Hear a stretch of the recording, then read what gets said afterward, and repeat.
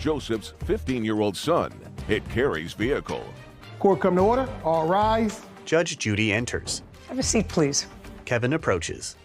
Hello, Judge. Good morning. Case 2138, Cargill versus Simonet. Thank you. You're welcome. Judy turns to Carrie. Miss Cargill, you and the defendant's son had an accident while you were driving your car, and Mr. Simonet's son was driving his electric scooter. It was like a skateboard, a one-wheel skateboard. Judy gestures at a young man who rises. Tell me your name. Jacob Simonet. Describe this vehicle that you were riding on. It's got 2 spaces for your feet. Has one in the back, one in the front. Now try to look at me. I'm trying to see you. Oh. Trying There's to one in the go back, like this. one in the front, and then there's a big wheel in the center. And you put your feet on either side, and then it balances, and you ride it kind of like a skateboard.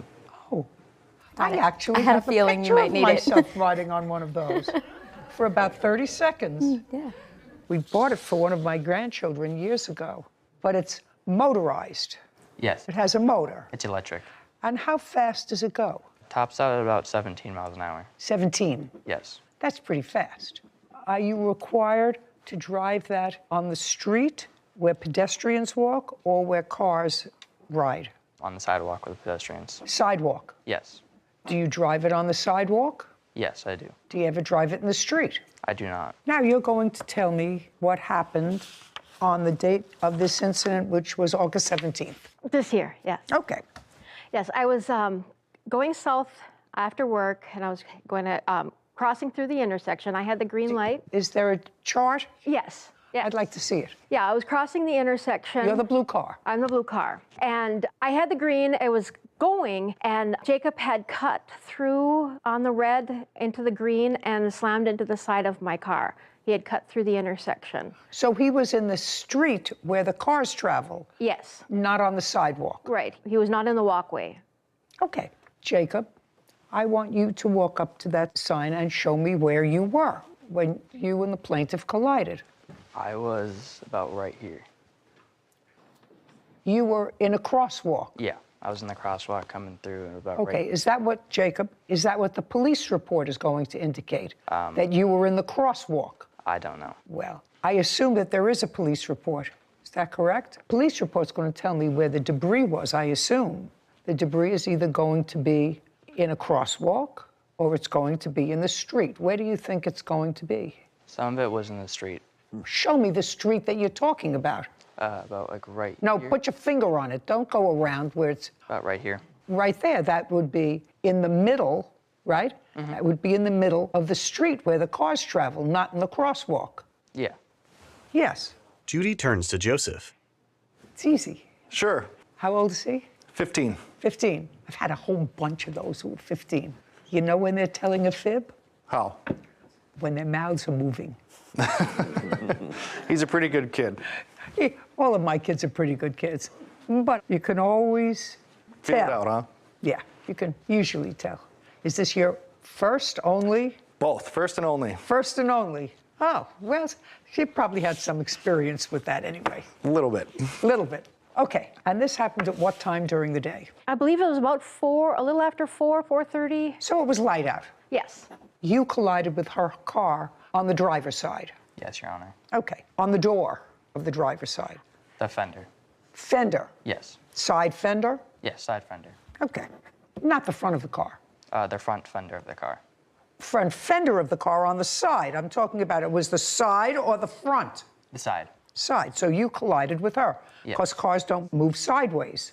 Yes. He could have been quite seriously injured. Yes, he could. He hit the side of the car and he flew up onto the hood and then kind of rolled across the hood, hit my windshield, and then fell onto the ground. And when I stopped, he jumped up, appeared at my window, and apologized, and then asked me if I was okay. What did he say? Just said he was sorry. And then he asked me if I was okay.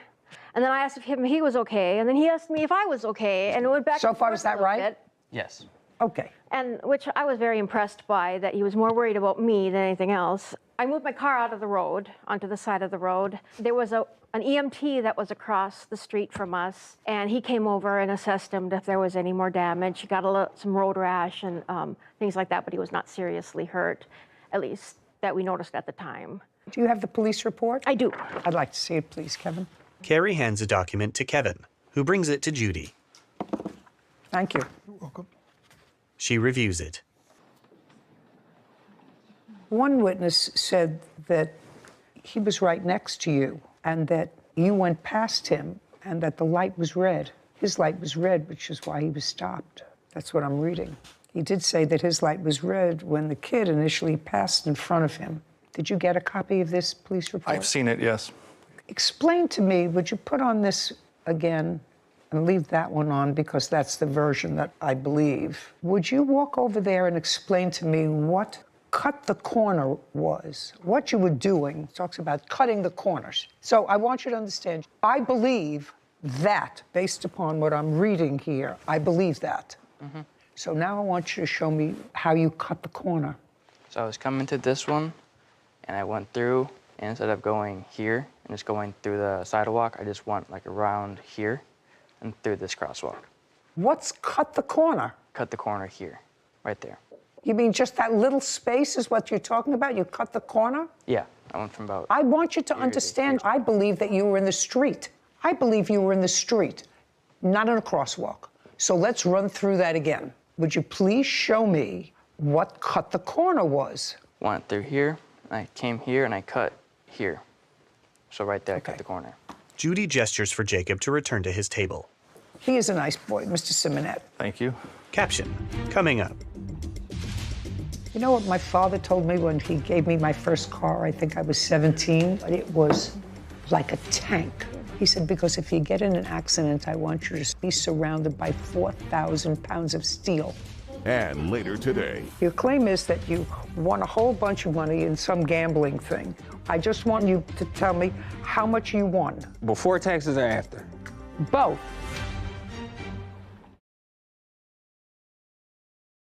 A courthouse. The Judy Justice logo appears. In the courtroom, Carrie, Joseph, and Jacob. Carrie Cargill claims Joseph Simonet owes for damage after his 15-year-old son hit Carrie's car while riding an electric skateboard. Okay. The police determined that based upon the eyewitness testimony that the pedestrian, Jacob, is at fault and believed to have crossed the intersection before having the right-of-way. The vehicle had the green light. In any event, do you have photographs of your car? Carrie with a photo. This happened in August, and you were called to the scene by your son, is that right? Correct. And you got there, you know that he was a little banged up, but thankfully. He was in okay. an ambulance when I arrived, but shortly after, yes, he did walk out of the ambulance and suffered some injuries, which I have pictures of if you'd like to see them, I'm sure he was banged up. He had bruises from falling off the. from being launched from the vehicle after the collision. Correct. Okay. You know, he was really lucky that she wasn't going faster. Correct. Could have been much worse. We were Could have been much thankful worse. for his health and the outcome of the incident. You're right. Okay, can I see an estimate to fix your car, please? A document. Thank you. You're welcome, Judge. Judy reviews it. What kind of a car do you have? A 2015 Equinox Chevy? You had full coverage on the car, is that right? Yes. But with a $1,000 deductible. Yes. So if you put this through to your insurance, you have a $1,000 deductible, Yes. right? Anything else you want to tell me, Jacob? Nope. Do you still ride one of those things? It's broken. I didn't get a new one, no. It was destroyed in the accident. You know what my father told me when he gave me my first car? I think I was 17. He bought me the oldest, ugliest car, but it was like a tank. All my other friends were getting these nice, cute little cars, and this one was like an old person's tank Cadillac or something. You know, we're talking 50 years ago. And I said, why do I have to have this car? Everybody else has cute cars.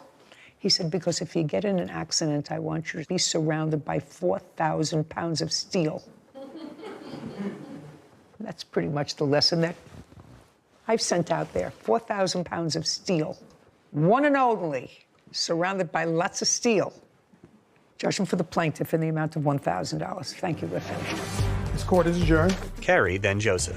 Overall, I'm happy. She had some fault due to hitting a pedestrian in a crosswalk. It was surreal, like out of the movies. Your heart stops, and all you can do is look for the car keys and panic and get there as fast as you can. I am so glad that he was okay. I remember just flying through the air, and then I was on the ground, and I got right up. Be very careful. Count your blessings and enjoy every moment that you have, because things could change in an instant. Sarah and Judy.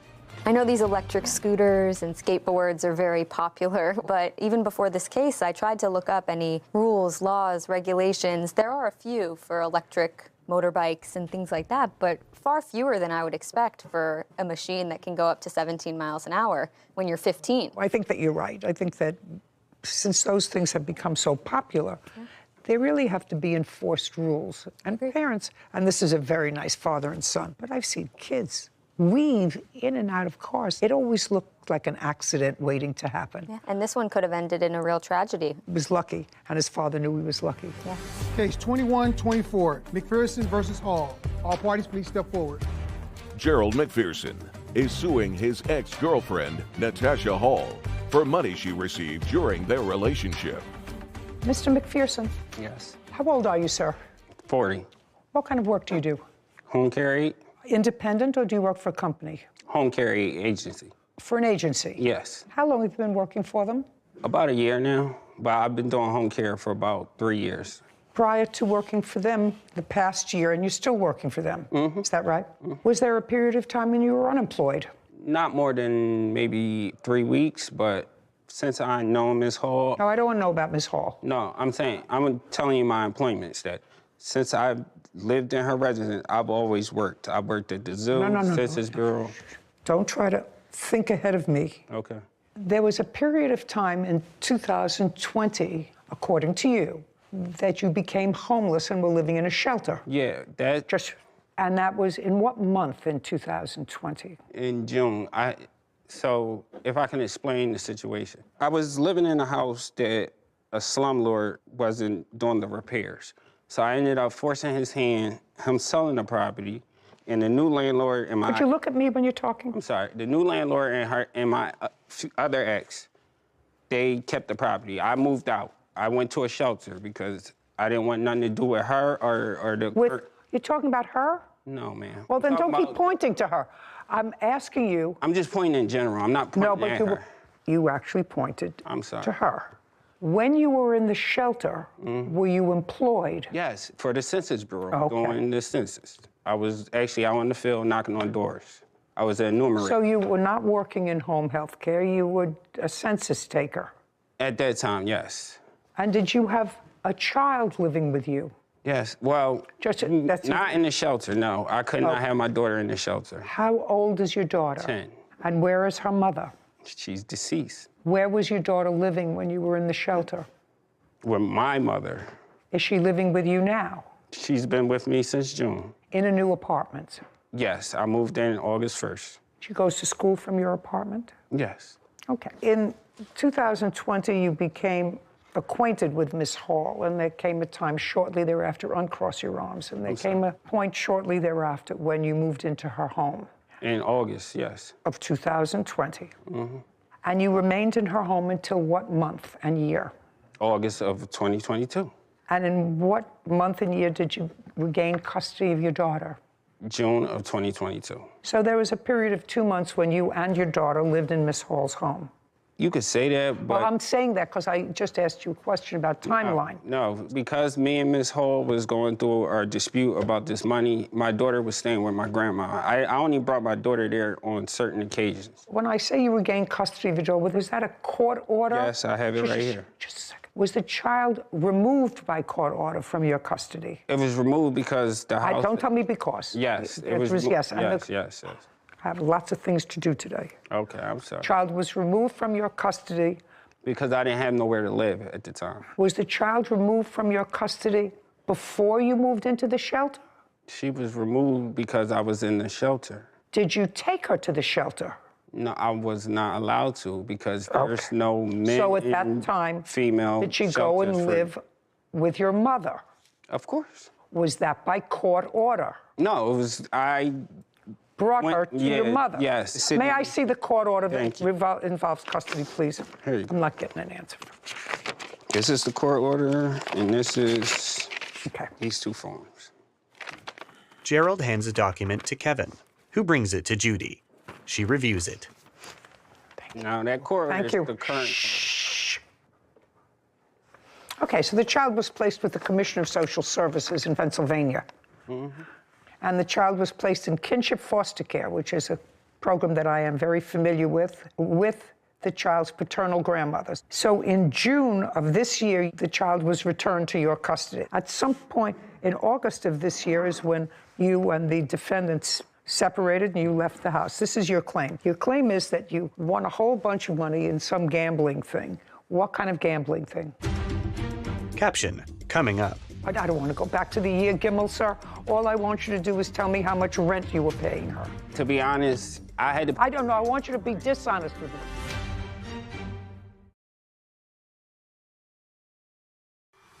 A courthouse. The Judy Justice logo appears. In the courtroom, Gerald and Natasha. Gerald McPherson claims his ex-girlfriend, Natasha Hall, wrongfully spent the money he gave her for rent. Your claim is that you won a whole bunch of money in some gambling thing. What kind of gambling thing? I want you to look at me when you talk, not at the papers. No, I was going to... In what kind of gambling thing did you win money? I betted on 25 games. What 25 games? NBA, college, hockey. Okay, and you bet where? On FanDuel. It's an app called FanDuel. Okay, and you won? Yes. I don't understand the whole thing. I don't want to learn the whole thing. I don't care about the whole thing. I just want you to tell me how much you won. Before taxes or after? Both. Okay, $36,742, and after taxes, $26,889. On what date? So I won the bet on the 28th. It came into my account. 28th of what? January. Of what year? This year. And you had been living with Miss Hall for 2 years?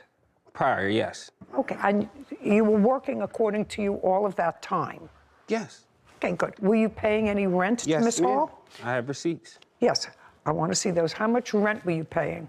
So when I met Miss Hall... I don't want to go back to the year, Gimel, sir. All I want you to do is tell me how much rent you were paying her. To be honest, I had to pay I don't know. I want you to rent. be dishonest with me. Half her rent is like $425, and she had me pay half the gas and half the electric and half the cable. Her rent was $425? No, it's $850. I had to split it. We're $850. paying half and half.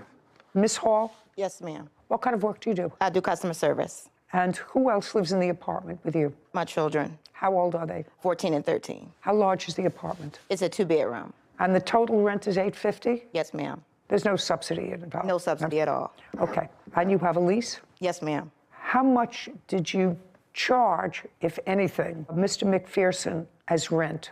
$425. Well, that doesn't quite sound fair, does it? Did she make a figure with you of $425? I paid more than that. I paid $425. That's half of the rent. I paid half of the electric and half of the internet bill. There are 4 people in the house, Yes. right? Why is he paying we're for... only Shh. 2 people. Why was he paying for half the rent? Oh, my children don't work, and his child didn't work either. His child wasn't with you. The child came with us in June, but she had visitations on weekends. I don't care if she has visitation. Your children live with you. Yes.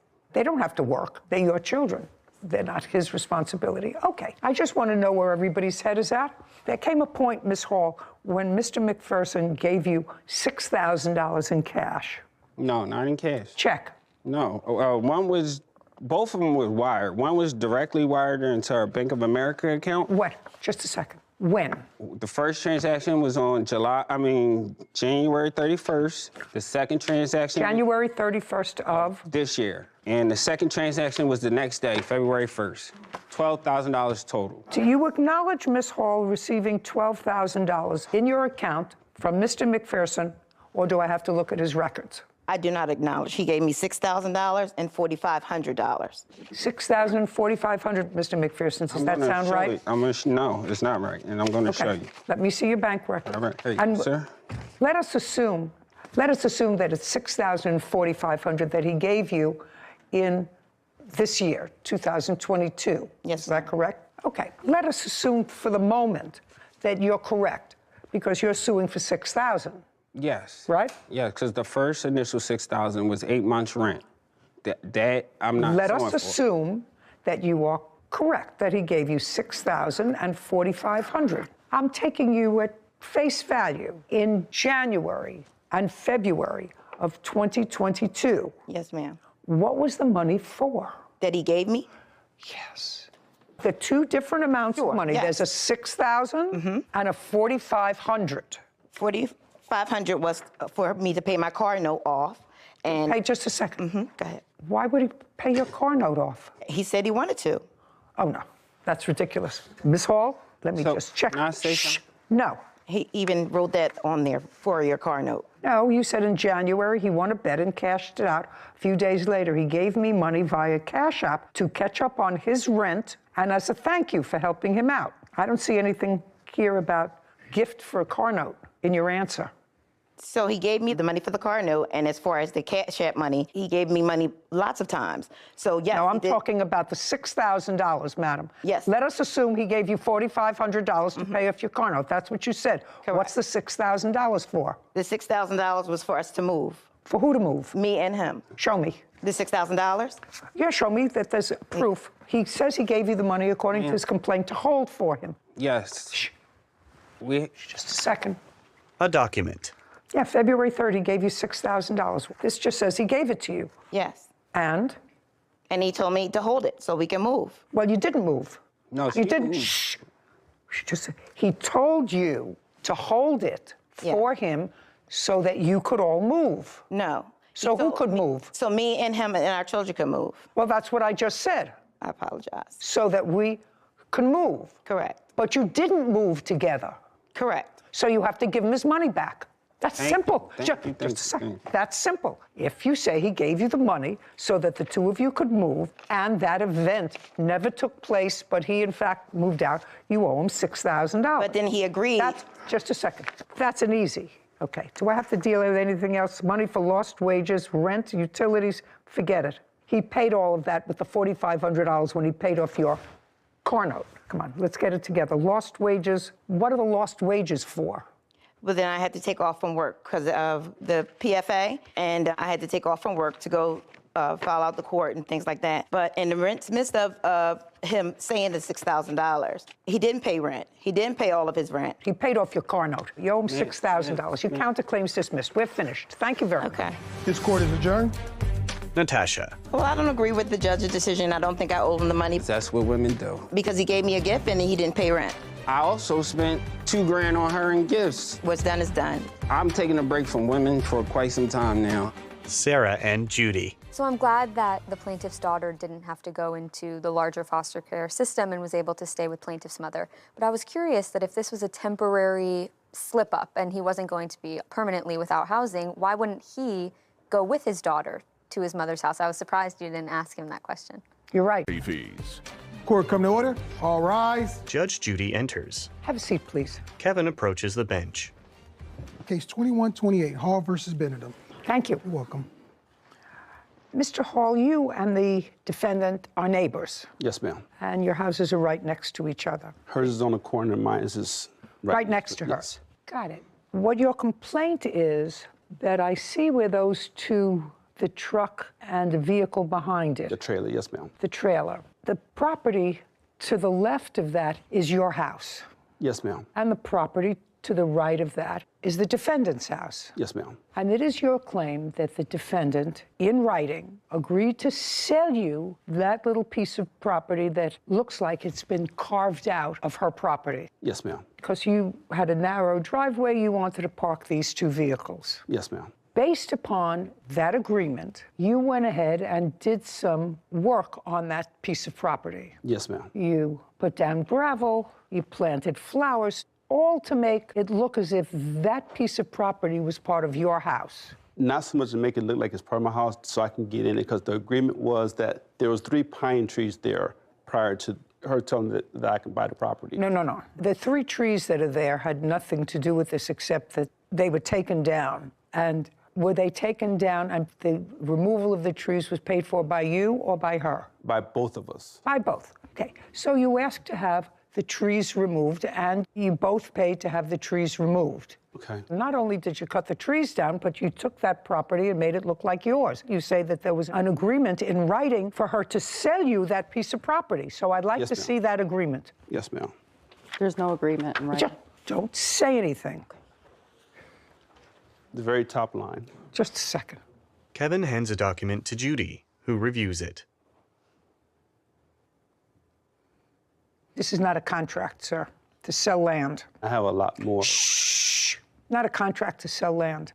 I see what she says to you. I am agreeing to sell you the property you are currently parked on for $1,000 plus costs. Let's get this in motion ASAP. And then she doesn't hear from you, and that's the 18th of May. And then she writes you again a little bit later, and she says her offer will expire at the end of today's business day, 5/19. And on 5/19, at 10 o'clock at night, you write to her, "Hey, Stacy, I've started working on things this morning. I have already been to the city of Akron, and once they are done and I get a surveyor and so on, I will keep you updated if that's okay. Last, everything is time sensitive, and I'm working as fast as I can to get the approvals. Just now seeing your texts." Right. Okay, so that's what you're relying on as a contract to purchase property. Well, the fact that she said that she would sell it to me, and I started all the motion like she said to do.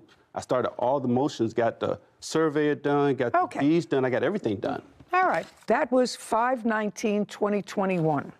So show me what you did based on this and what you spent based on your belief that she had agreed to sell you the property and you had an agreement for sale, which is like a contract to sale of property. Most people know that when you sell a piece of property, you get a survey, you put it in the contract, you have a contract when the property is going to be transferred. That property would have to be surveyed because clearly you're carving a piece of property out of her property. I want to see what you did and what you spent, because if you spent money based on this, I may consider that as part of your lawsuit, because then it turned out she didn't want to sell you the property. By the way, I wouldn't sell them the property either. It makes your property look ridiculous. It does. We never agreed to sell the property. Okay. Did you write, "I am agreeing to sell you the property you are currently parked on for $1,000 plus costs"? Yes, I never agreed to sell the property until I told him he was no longer allowed to park there. It was never discussed. What is this? Depending on the stipulation that my mortgage company requires, which is an appraisal, they had to approve the selling of the property. All I'm interested in is this one line. The other ifs fall after that. It says, "I'm agreeing to sell you the property you are currently parked on for $1,000 plus costs." Yes. Okay, so you did that. Yes. I want to see the things that you started to do right after May 19th. You said, "I've already started working on things this morning." This is May 19th. "I've already been to the city of Akron." Yes. This is a receipt showing the $800 from the surveyor.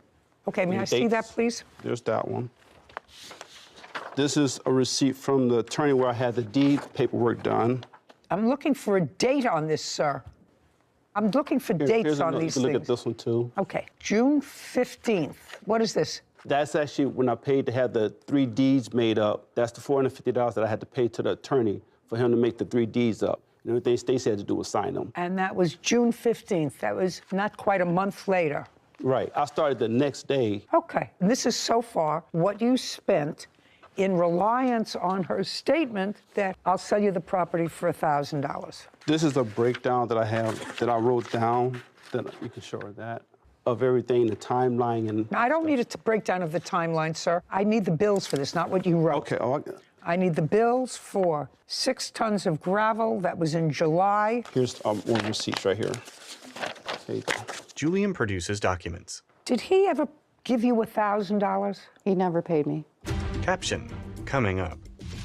I'm a common sense person and a property owner. It was overreaching to think that you could buy a piece of that land for $1,000. Overreaching.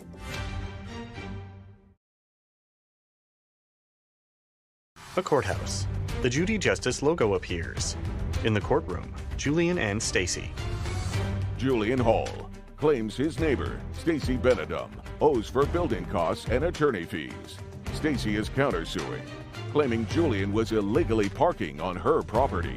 Okay, so far all I have that you paid was $450 for the deeds, $800 for the survey, and gravel to be delivered. I got the gravel in there. I also have the concrete that I had laid, flowers and stuff that I put in. Did he pay part of having the tree stumps removed? We split the cost and the labor of removing the debris of the trees. No, ma'am, that's not true. Who wanted the trees removed? I never had a problem with the trees. I like the trees. Don't speak. He wanted the trees cut down so he could have more space. He was already parking underneath the trees with a smaller trailer, just not his truck. He wanted more space, so he came to me and said, hey, what if I split the cost of the cutting of the trees? I said, that's fine, I'll split the cost, that's fine with me. And then I agreed to let him continue to park there as long as there was no tire marks, that's what it was. And then he built this thing. Well, he formalized parking there. Mm-hmm. Okay. At what point did Ms. Benedum tell you that she was not going to sell you the property? This actually started on 4/3 of 18. I'm not interested. I'm interested in the beginning of these texts, where you clearly had discussions, trees were removed. I don't quite understand why she allowed you to remove the trees, and I don't understand the whole transaction. Because it wasn't my choice. Just a second, it was your choice. You wanted to park there. That's what you wanted. But the trees was dying. I don't care if they were dying. I don't care if they were shriveled up. I don't care. You carved out a piece of property. Now, if you carved out a piece of property that belongs to her and you didn't have an appropriate agreement in writing, which it has to be, then I believe, based upon her statement that you acted on, you're entitled to whatever you spent to renovate that property. Do you understand? You're not entitled to the property. No, I understand. You're not entitled to the property. You're entitled to what you spent to renovate the property. So now I want you to tell me, on what date did she tell you that she was not going to sell you the property? That was 7/20 of 21. After I got everything done and called her, and asked her, could she meet me at the bank? She said, no, I'm not selling to you for $1,000. But it goes deeper than that. That's what I'm trying to explain to you.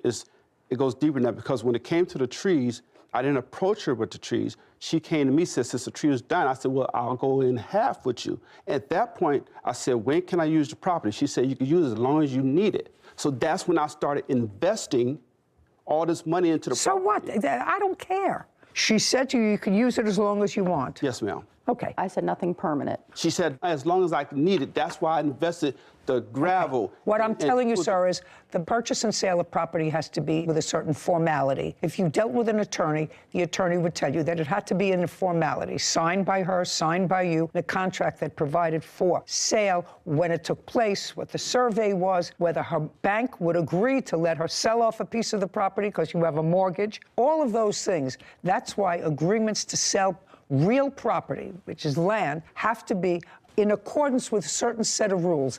This doesn't make it. However, if you relied on her statement in order to improve the property, to make it comfortable for you based upon her text message, I believe that you are entitled, based upon the text message, to what you spent to improve it. But you have to understand, she's not going to let you park there anymore. And I'm okay with that. Just a second.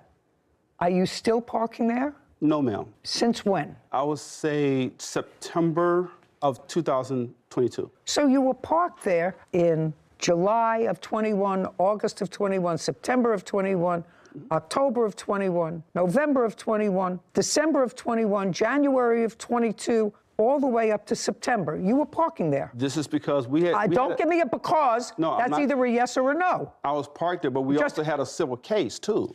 Which he dismissed 2 days before. We had a civil case. She called the police.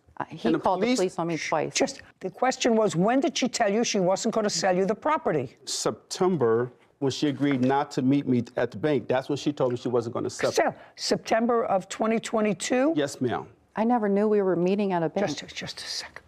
So I can do better in than that. September of 2022, she advised you. No, I'm sorry, it was August of 2021. Well, show me in August of 2021 that you told him you weren't selling him the property. Here's. Okay, I'll take both, Kevin. Julian and Stacy hand documents to Kevin.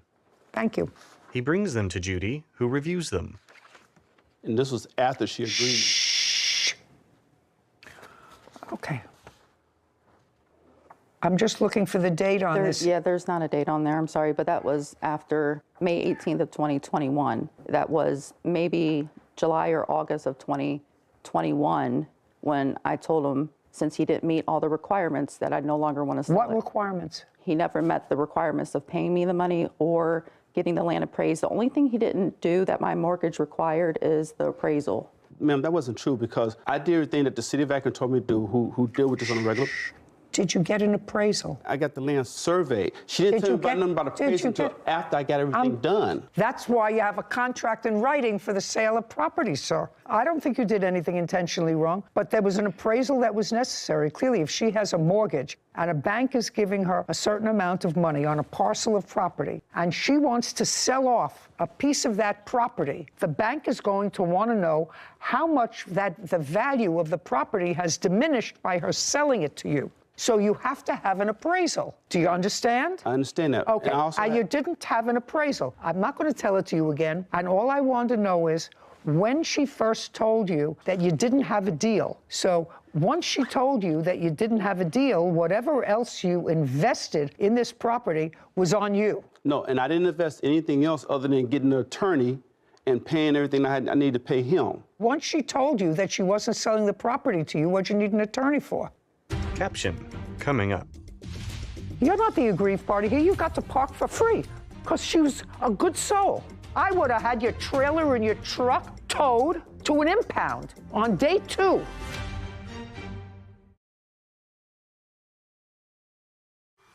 A courthouse. The Judy Justice logo appears. In the courtroom, Julian and Stacy. Julian Hall has accused his neighbor, Stacy Benedum, of breaking their agreement.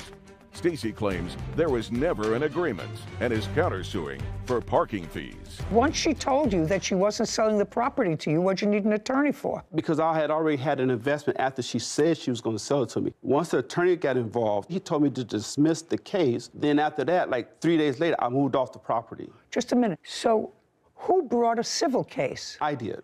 When? Last year of 21. And what happened with that case? It was dismissed. What did you bring a case against her for? For breach of contract. It was dismissed because there was no contract. Your Honor, can I say something? What? He made all these improvements in 2018 before we ever discussed selling the property. You mean he put the gravel in? Yeah. Well, how could he put the gravel in over trees? The trees were cut down in 2018. Is that right, sir? Hey, That's correct. The trees yes, that were cut down in 2018, well before this. Yes. So you did use it. You used it for how many years? You used it 18, 19, 20, and 21. You used it. You used it. You had value from it. You had value from somebody else's property. You used her property for you to park on. You can't. I wouldn't have done none of this if she would have told me no. Every move that I made, I asked her first. I got it in text message. I asked her, can I do this? Can I do this? She said, yeah, go ahead and do it. If she would have said no, I wouldn't have done none of it. I wouldn't have put a dime into the property. I'm not going back to 2018, sir. If you made these improvements in the property in 2018 or 2019, before there was any hint of a writing that she was going to sell you property. She had a verbal that I can park there as long as I wanted to. Okay, your case is dismissed. Mr. Hall, you don't have a case. You did park there until she told you not to park there anymore. And you had the benefit of parking there for at least 3 years. I got money invested that she told me you had the benefit of parking your things there for at least 3 years. Are they gone now? His truck and trailer are, but the gravel's still there, and we have to clean up, get rid of that stuff. It was a huge mistake, so you're going to have to take care of that yourself. Okay. And I would take care of that because that looks ridiculous. I will. That looks ridiculous. You have a counterclaim. Yes. For parking.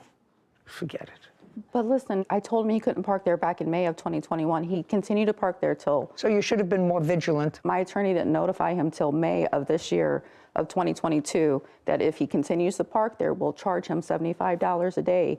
And he continued to park there until the case was dismissed in August of 2022. So I'm only suing him for May of 2022 to August of 22. And did he move it?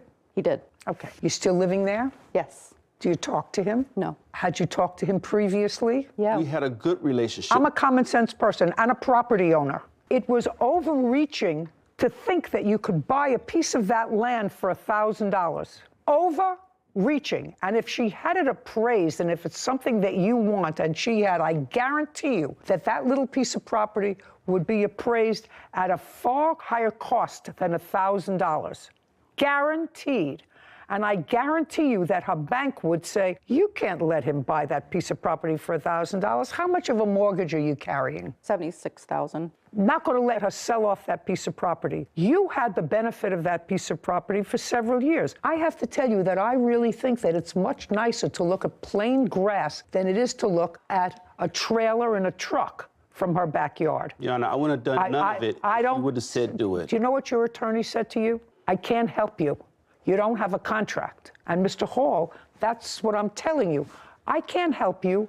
You don't have a contract. And from what I know now, this all started in 2018 before there was any discussion of buying the property that you can prove to me. Because the thing that you gave me was in 2021. I have to tell you, you never had a problem because she was a good neighbor. If she let you park on her property, so if you think you're the one who's been aggrieved here, the truth of the matter is I don't think that you're the one who was aggrieved here. She let you park on her property. I have to tell you, I wouldn't have let that happen. I had a neighbor who had an easement.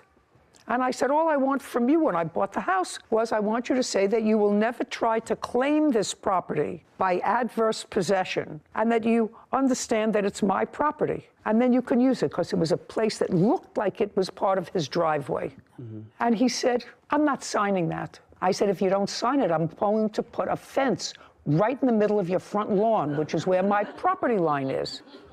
I don't hear from him. I said, you have 24 hours to sign the paper or I'm putting a fence right in the middle of your front lawn because that's my property and you have an easement. And he didn't sign it. He would have lived with the fence until today because it's still there. Now his children are living with the fence because he's gone. You're not the aggrieved party here. You got to park for free for 4 years. For free. Because she was a good soul. She's not a bad guy. She was a good soul. I would have had your trailer and your truck towed to an impound on day 2. She let you park there for 4 years. I wouldn't have been there. Goodbye, we're done. Thank you. This court is adjourned. Outside the courtroom, Julie and then Stacy. She knew what type of work I did, so she said as long as I needed it. It was just a tough lesson of being nice to the wrong person. It did look like it was part of my yard, so I get that part. I hope we can be cordial and just move on with our life. It is what it is. Sarah and Judy. This is a great example of the statute of frauds and why it exists. So all writings for the sale of land, real estate, have to be in writing and signed by both parties. I'm sure it was created for situations just like these. There's a lot of moving parts. There's mortgages, there's banks involved a lot of the times. There are easements, there are water rights, Exactly. there are all kinds of things. Legally, they're some of the most complex documents that get drawn up, so it can't be a text message for a theft. For false allegations, debit card charges, and personal belongings. Court come to order. All rise. Have a seat, please. Kevin. Case 2131, Gutierrez versus George. Thank you. You're welcome. Miss Gutierrez, this is your mother. Yes, ma'am. And who is this? My grandmother. And that's your daughter? Yes. I'm reading the complaint and the answer, and this is what your complaint is about. You claim that your mother had you falsely arrested, as a result of which you spent 4 months in jail. While you were in jail, it is your claim that your mother used a debit card of yours, I think $3,000 worth, and you had some belongings at her house that you want. I gather that you've had some problems in your own life. You have at least 3 children. Yes. Was the state ever involved in placing the children in foster care? No. And what about your daughter? My daughter, yes. And how old is your daughter? She's 19 months. At what point did the state become involved with your daughter? In May of this year, May 18th of this year, when there was false allegations made against, when my mom refused to give me my daughter back. In May, when you brought your daughter to your mother's house, when? I called my brother on May 17th of 2022, and I asked him to babysit my daughter. Your brother. And does your brother live with your mother? Yes, he was staying with her at that time. So on the 17th, you asked your brother, who was staying with your mother, if he would babysit for your daughter. Where were you going? I was needing to go to Fresno, and I had just received my income tax check. So I needed to go to Fresno, and I was on foot because my car was impounded the day prior. Were you going alone? To Fresno, yes. So you brought your daughter on the 17th of May to your mother's house, and your brother was supposed to watch him, according to you, while you went to Fresno. Yeah, he met me down the street, actually, because there's a restraining order, so I didn't actually go to the resident. Who has a restraining order? My mother has a restraining order on me. Is the restraining order that she has against you a final order or a temporary order? It's good for 3 years, that's all I know. That's a final order. Was that a final order of protection after a trial, or did you consent to it? I was not notified of the court date. No, I didn't consent to anything. Okay, so it was a default. I don't know what that means. It means you didn't show up and they entered a final order of protection in favor of your mother. So you're not permitted to go to her home. Right. Since that's not really the subject of this, I don't have to get into it. In any event, you went on the 17th, you dropped your child off at your mother's house, your brother was there, and then what happened? I finally got to Fresno, I got a ride, I got to the check cashing place. It literally took me... Don't tell me, I'm not interested in that. 17th, you dropped the child off. You were supposed to pick the child up when? That evening. On the 17th? Yes. And did you? I showed up it was a little before 10. I showed up, I called my brother, I said, I'm down the street. He was like, yeah, I'll be right there. 10 o'clock at night? It was almost, ma'am, I was on foot. And it's just a second. I asked you 10 o'clock at night. It was right before 10, yes. Okay. When I got there, I called him. It had been about 15 minutes had gone by, and I called him back, and I said, where are you at? And he said, Mom won't let me leave with the baby. And I said, what do you mean? And he said, Mom won't let me leave with the baby. My mother instinct kicked in, and I went in like fight or flight, and I walked down to my mom's house, and I knocked on the door and was asking for my daughter. I finally came to my... Okay, so when your brother said that to you, instead of going to the police, you violated the order of protection. I ended up leaving and calling the sheriff. Okay, but you didn't. You went... Of course, yes. I was going for my daughter. Yes, ma'am. Okay. And what happened at 10 o'clock at night or 10:30? Yes. I finally realized that about 5 minutes of being at the house, I was like, okay, you need to leave. So I left because she wouldn't open the door to give me my daughter. I left. I called the sheriff. And so I told them the situation. So they had walked down to my mother's and let her know that what she was doing was basically...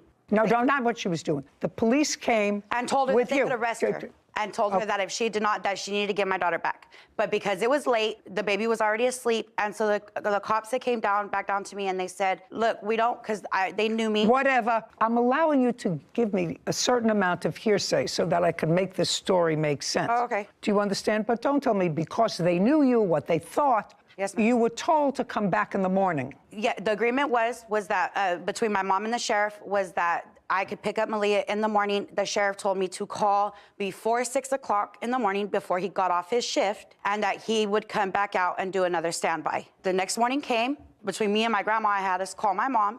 And no, just a second. What does that mean between you and your grandma? Your agreement was you were supposed to call the sheriff. The sheriff, according to you, before 6. I called my grandma. No, not the grandma. The agreement was you weren't supposed to call your grandma. You were supposed to call the sheriff. Right, but I needed a ride.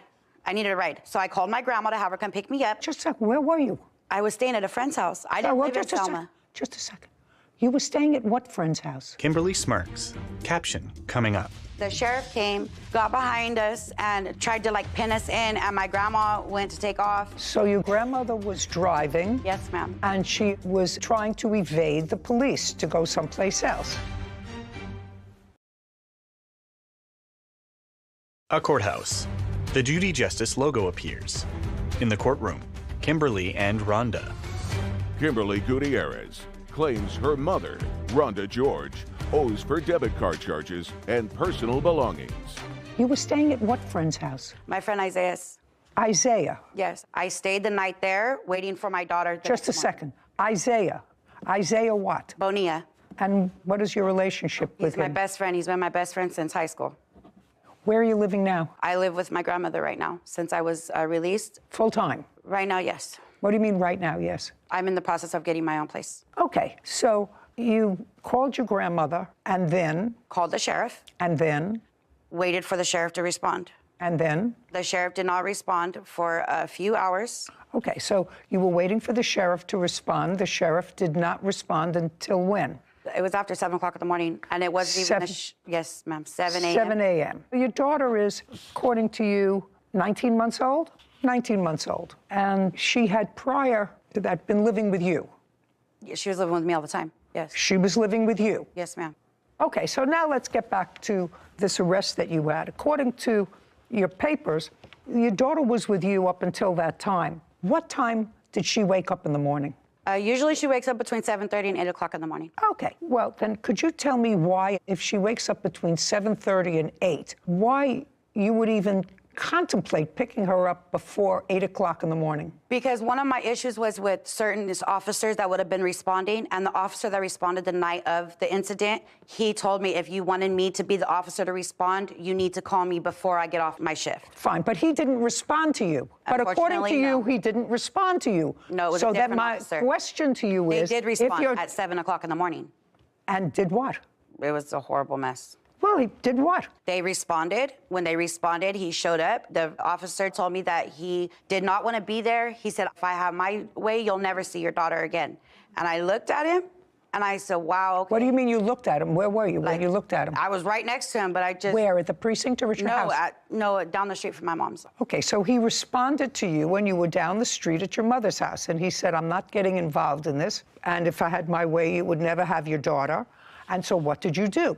So at that point, my grandma pulled up, and I told him, I said, your assistance is no longer needed, and that my grandma could just get my daughter. And he says, well, you already called me. The deputy did. So I said, okay, whatever. He asked me if I had somewhere to live, and I said yes, and whatever. And so he went down to my mom's. When he went down to my mom's, he was supposed to just go down there and get my daughter. When he was taking too long, I could walk so far this way, and I could see straight down my mom's street. So I did. When I did, I seen that my mom was out there just giving him an earful. I know this woman very well, okay? So I just imagined what was being said about me. Well, I guess the back door is screwed and nailed shut at the house. I don't know why. I don't know. It's not important. Yeah. So anyways, my best friend went over the back fence. What do you mean your best friend? Isaiah Bonilla. Oh, so you brought Isaiah with you? He went... Just a second.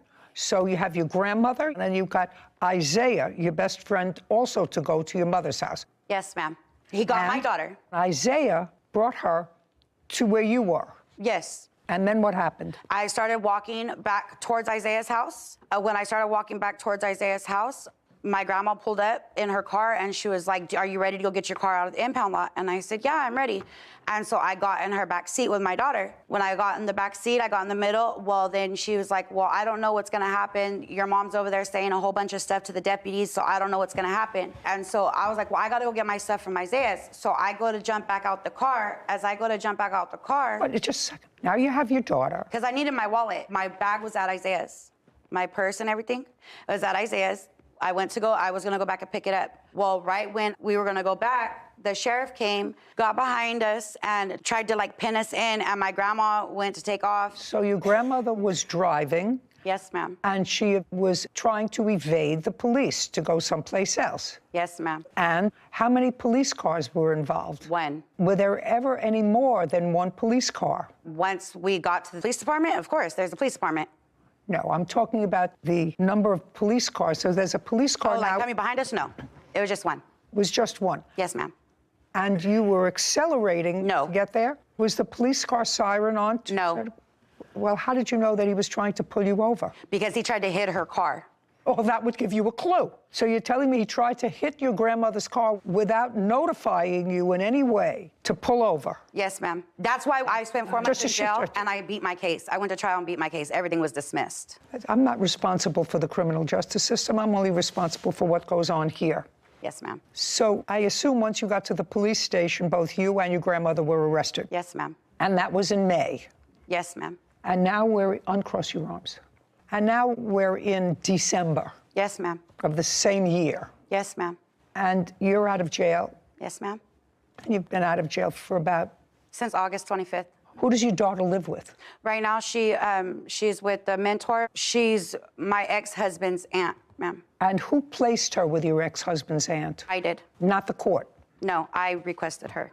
Does the child's great aunt have guardianship? No, custody? I'm getting my daughter back, ma'am. But for the last 3 months, she's been with this aunt. Right, because Child Protective Services did get involved, and Child Protective Services, I've been doing everything that... Well, that's what I asked you. I asked you whether Child Protective Services Child Protective Services did get involved with my daughter, yes. Did? That's what I assumed. And I've been drug testing, I've been doing... Just a second. Yes, That's what I assumed, that Child Protective Services was involved. And so if Child Protective Services are involved, then they are overseeing the child's placement with the aunt. You have an ongoing case. Yes, ma'am. Probate court.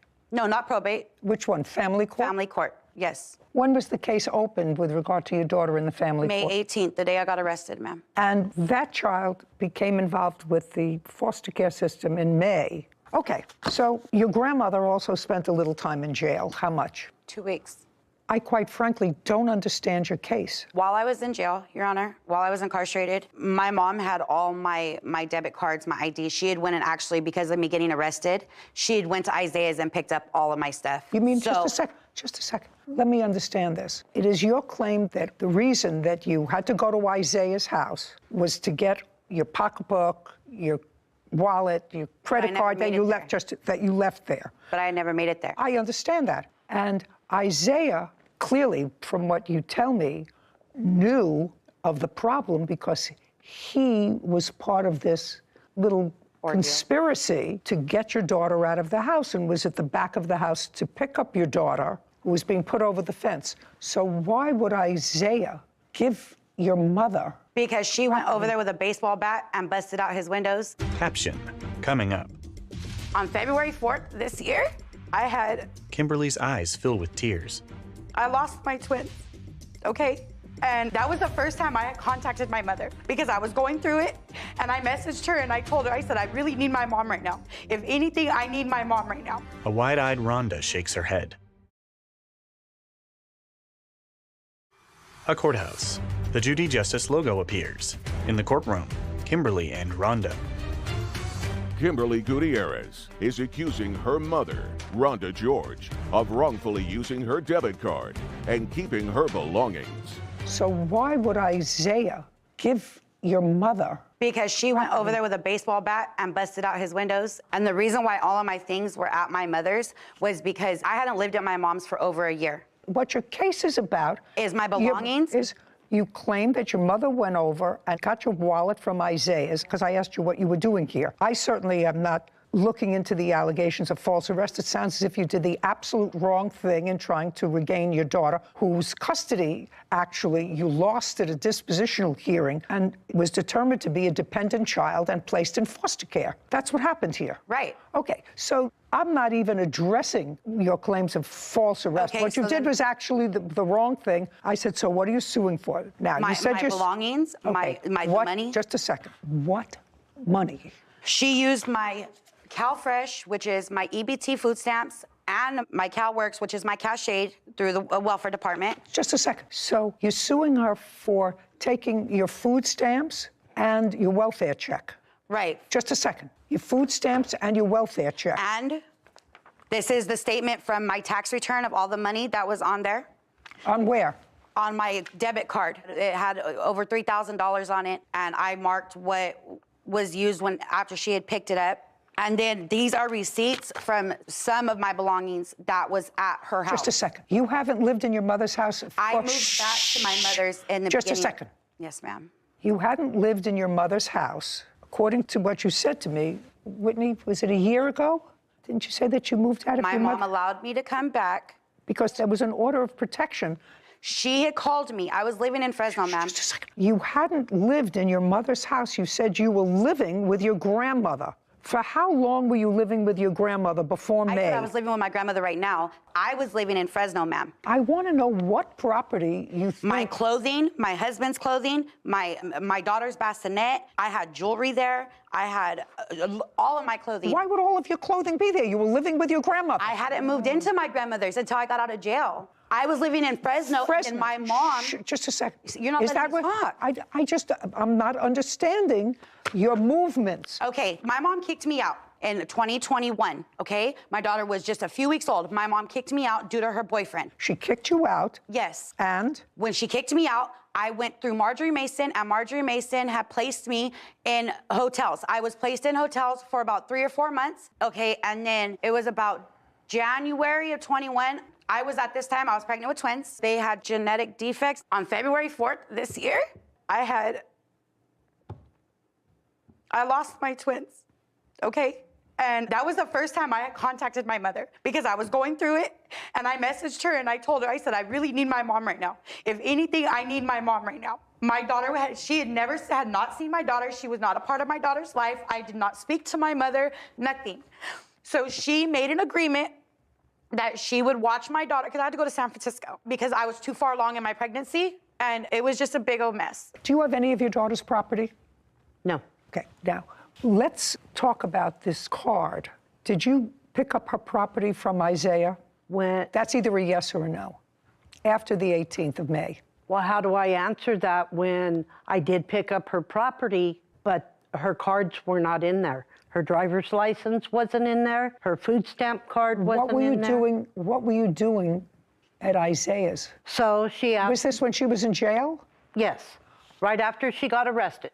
So I went down there. No problem. He handed it right to me. Look in my wallet, make sure everything's in there.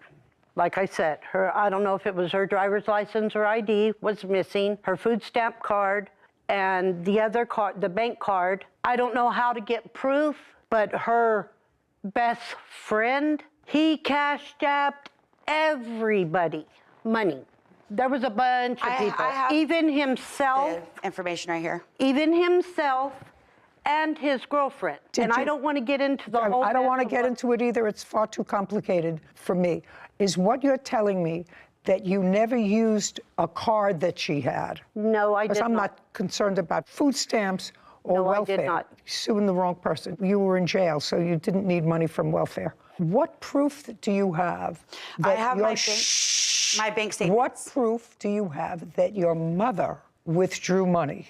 She was the one that went and picked up my cards. Oh, I don't know that. That's not what she says, and you have no proof. Isaiah's not here, correct? No. I don't doubt you when you say that somebody used your card. I just need proof My to mother, show. I know that she was supposed to get my daughter from CPS. She was supposed to go get a crib with my card, and I have the where she and my grandma can. I just want you to show me. Yes, ma'am. No. That your mother. I believe that people used your card. She used my card. No, I don't know that. I need you to show me proof that your mother. How am I supposed to show? I have my bank statements. Then I'll take a look at your bank statement. If your bank statement told me who used your card, then that's an easy. She said she did not. I just want you to show me proof that any of these were used. I mean, we have a lot of PlayStations, DoorDash, Amazon Marketplace. And all I of was locked those. up throughout that whole time. I understand that. I suggest that you concentrate on getting yourself together. If you want to reunite your family, I suggest that you put your priorities in order. Oh, they are in order. Evidently not. I work, I have a job, I go to school, I'm getting my own place, but I'm going to court, I'm getting my kids back. Good. Can I give you this? I don't know what it is. Well, I just want you to look at it. Can I see it? Rhonda hands a document to Kevin, who brings it to Judy. She reviews it. You're telling me this is part of your daughter's criminal history? What is this? No, I'm just showing you she just got out of jail just a couple of days ago. They haven't picked up charges, Your Honor. You were arrested on November 28th? Yes. I'm not going to let you tell me about this. You have a lawyer? Yes. As I said, Ms. Gutierrez, if you're trying to work to get your family back together, Yes, ma'am. and your kids back together, Yes, ma'am. it would be a good idea to think about having more children until you get these children back under your roof. We're done here. Your case is dismissed. You have a good day. This court is adjourned. Outside the courtroom, Rhonda. For the cost of a car and childcare. Court come to order. All rise. Have a seat, everyone. Kevin approaches Judge Judy at the bench. Hello, Judge. Case 2195, Sherrod versus Vasquez. Thank you. You're welcome. Judy turns to Desiree. Ms. Surratt, you and Mr. Vasquez were in a relationship for a period of time and have 2 children together. How old are the children? I have a daughter that's 15 and a son that's 8. How long did you and Mr. Vasquez live together, if you did live together? It was a lot of off and on, so I would say maybe a combined time of 8 years. And does your daughter enjoy a relationship with her father? Unfortunately, no. Is that correct? As far as I knew, that she had a great relationship with me. When was the last time you saw your daughter, sir? We spoke just a couple of days ago. You know, she has more time with friends now, but I do speak with her on a frequent basis. Is that right? That's correct. Why don't you wait outside? Okay? Because, Ms. Surratt, I don't believe in, unless it's absolutely necessary, and certainly in this situation, it doesn't sound to me as if it's absolutely necessary to have your teenage daughter as a witness over a couple of $1,000s, which you may or may not be entitled to. Certainly, her father is in touch with her. She said he's in touch with her, which means that they communicate and that they have a relationship. Because I read the complaint and I read the answer, and I have a few basic questions. You're suing Mr. Vasquez, who you haven't lived with in many, many years, but who you share, according to what I've read here, joint legal and physical custody. Is that correct? That is correct, Your Honor. Is that correct? Yes. Is that pursuant to a court order? Yes. And when was that court order made? I have a copy of it, so I can tell you. 2011, Your Honor. 2011. Was there a trial, Mr. Vasquez? There was a trial, Your Honor, yeah. Were you represented by counsel? I represented myself. And what about the plaintiff? Did she have a lawyer? She did, Your Honor. I'd like to see a copy of that order. It was from 2017. Well, there was one in 2011. This is the original one. It hasn't changed since then. We have parenting and legal custody, and a child support order, which is separate. Judy reviews a document. Oh, so the 2016 order, the ex parte order, originally granted Mr. Vasquez custody of the children. Yes, you were the respondent in that case. It said on October 28, 2016, petitioner, that is Mr. Vasquez, filed a motion to establish custody and parenting time. The petitioner, that is Mr. Vasquez, seeks joint legal and physical custody. The petitioner also sought an order granting sole legal custody of the children based upon the allegations that his daughter was watching his son without supervision for extended periods of time and that his daughter was not attending school. Child Protective Services did an investigation and actually found that you were not sending your daughter to school. Correct. And she was staying home and she was babysitting. Okay. Would you tell me, without my having to go through this whole thing, was there a child support order entered? Yes. Ultimately the children remained with you? Correct. The final order. And what was the child support order?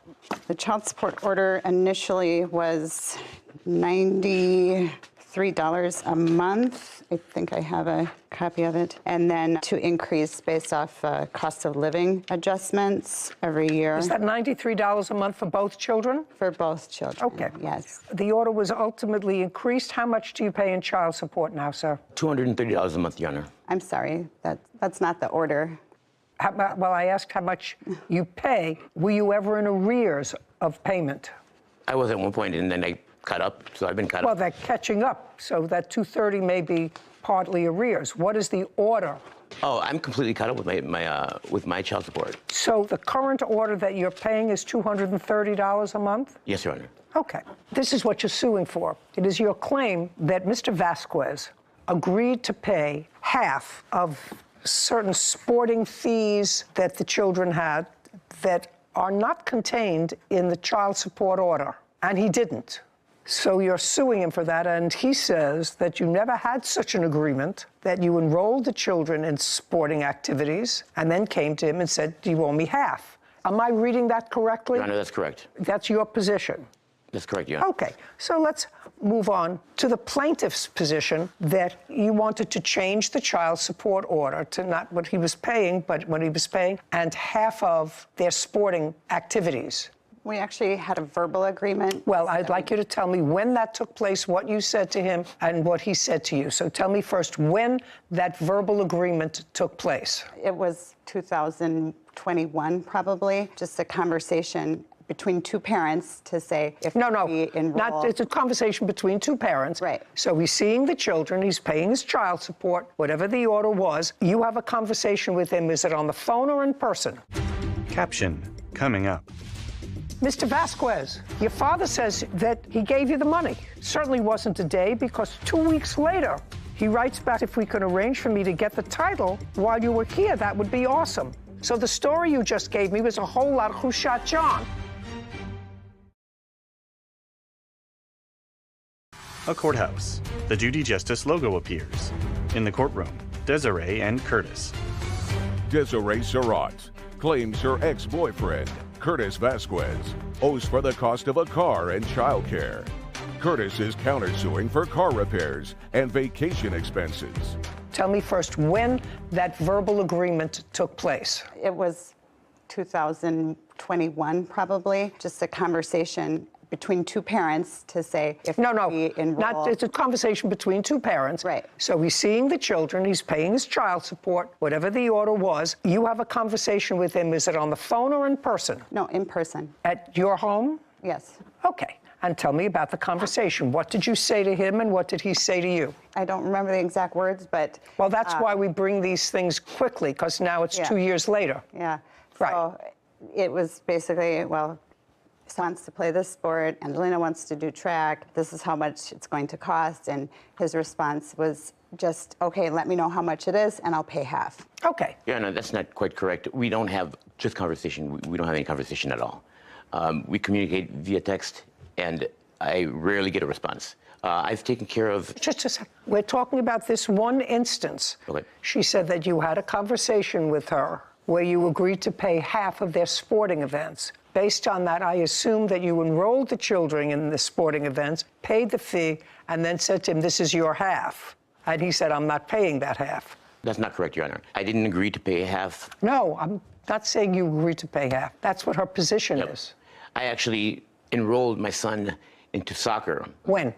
It was this summer in July, and he was supposed to go for a month, and she took the kids out of the state without my knowledge for an extended vacation. And so I didn't have her pay half of that, and when she came back, she wanted to make that up to him, but that's without my knowledge. Okay. How much did you pay for soccer? $75. So you never had a conversation with her about paying half of this, and it was never reduced to a modified order of the court because you have a court order for support. Okay, so I'm eliminating that. You want to change the order of support, you have to change it in court. Now let's move on to the second thing that you think that he owes you for. Cell phone. Let's hear about the cell phone. He opened a cell phone account for my daughter. When?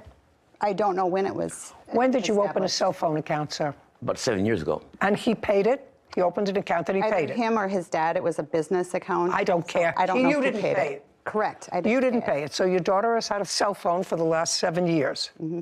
Okay. And you didn't see the bills for it? Correct. Okay, so he paid it. Somebody paid it, yes. Yeah. He paid it. I paid it, Your Honor. You didn't pay it? Correct. Okay. So now you want money for a cell phone. For what? Just for the last 6 months that I paid, I never agreed to, so I'm just asking for Then half take of the that. phone away. Well, she's 15, she's got I a understand job, that. and I understand that. Who bought her the phone? I bought the phone. Okay. And how many years ago did you buy the phone? It was about 1.5 years ago. Okay. And it was paid for on his plan? No, I paid for the phone cash. No. The bills, ongoing bills, were paid for by him and the phone that you bought her 1.5 years ago, because you said you've been paying the bills for 6 months. Yep. Is that correct? Whitney, didn't you say I've been paying the bills for the last 6 months? Yes. Correct. Well, so when you first got the phone for a year, he was paying the bills. Correct. Right. Yes. Well, he was paying the bills for 7 years, but certainly after you bought the phone. But prior to that, she had a different phone. She had to have had a different phone because he was paying the phone bills for 6 years. Who bought that phone? I don't know. Your Honor, I purchased that phone. It was the iPhone XR. Okay. So you bought the first phone, you bought a second phone. Very nice. And he paid the bills, the phone bills for 6 years, and you paid it for the last 6 months. It's not part of a court order. If you agree to do that, you agree to do that. What are you getting courts involved for? I never agreed to pay the cell phone. Well, he never agreed to pay his cell phone when she was 13 or 12. Your parents. He paid it for a long time. Now you're paying it. What do you do for a living, sir? I'm a realtor. You work in a family business? Absolutely. Tell me about the family business. It's children first and foremost, you know, what's best for them. No, the family business, sir. Oh, the family business. You're in real estate. Is it a family business? It is not a family business. It's just yours. And you've been in real estate for how long? For about 3 years now. And prior to that, I was in sales. That is a family business, and it's real estate marketing. That's a family business. That's family business. You're not involved with that anymore. You still are? Yes. Who owns that business? Dad. Your father? He does, yes. How many employees do you have? Just about 10, Your Honor. So your father employs 10 people and you're one of them? That's correct, Your Honor. And what does your father pay you annually? Oh, it's commission only, so no benefits. And in the other real estate operation, do you have your own office or do you operate out of your father's office? My own office. Where? In Maple Grove, Minnesota. Do you have any employees? I don't. So you work for your father on commission and yourself? Commission only as well in the real estate market. Okay. Did you file tax returns last year? No, I did not. Is there any reason for that? Just late. Just over. You're late. You're a year late. Yeah. What about the year before? Did you file tax returns? Yes, I did. Yes, I did, Your Honor. And how much did you declare as income the year before last? It's like 55, I think. 55,000, yep. Okay, so phone bill, I've taken care of the phone bill. You paid it for her, fine. And if you don't want to pay it anymore, let her get an after-school job and pay for her own phone. Now, the next thing that you're suing for is, according to your complaint, you had a car that you weren't using. Mr. Vasquez has a father who wanted a car. It is your claim that Mr. Vasquez, without your permission, sold the car, your car, to his father for $700, and you didn't get any of that money. Correct. Mr. Vasquez says his father was going to buy the car. He drove it. He didn't want to buy it because it had issues, and it's sitting in his father's driveway waiting for you to come and get it, and that he never got $700 from his father for the car. That's his position, correct? No, there's a correction. I did get $700 and paid him back the next day because the car broke down within a day. Because what? It broke down within a day. Okay, so you did sell it to him? Yes, yes. We were in the middle of the transaction. He paid for the car at the office, which is about 10 miles away from home. And while driving the car home, it broke down. So we hadn't received the title or anything, so I returned the money. Caption, coming up. Okay, you planned a trip to Portugal in August of 2022. That's correct. Airplane tickets. Where'd you get the money for all that?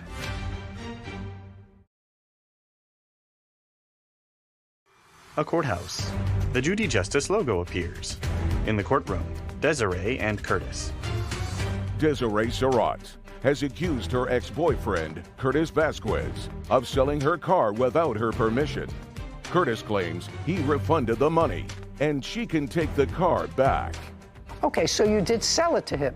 Yes, yes. We were in the middle of the transaction. He paid for the car at the office, which is about 10 miles away from home. And while driving the car home, it broke down.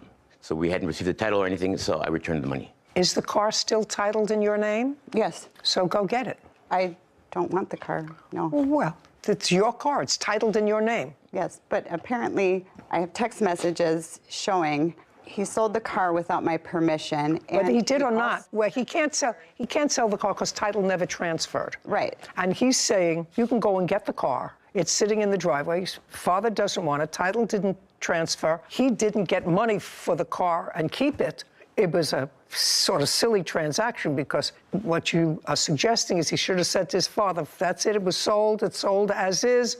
You can't have your $700 back. Right, and my understanding is that his dad, through a conversation that I had with his dad did not get the money back. You can't tell me about the conversation. If you have text messages between them, I would like to see them. I do, yes. Desiree hands documents to Kevin. So there's those text messages. And I also have several text messages where Curtis agrees to pay me the money and also telling me the This car is ran Desiree. Curtis said you would take possession of the Kia, but I asked about the title. Big Curtis, is that your father? Your Honor, yes, it is. Okie dokie.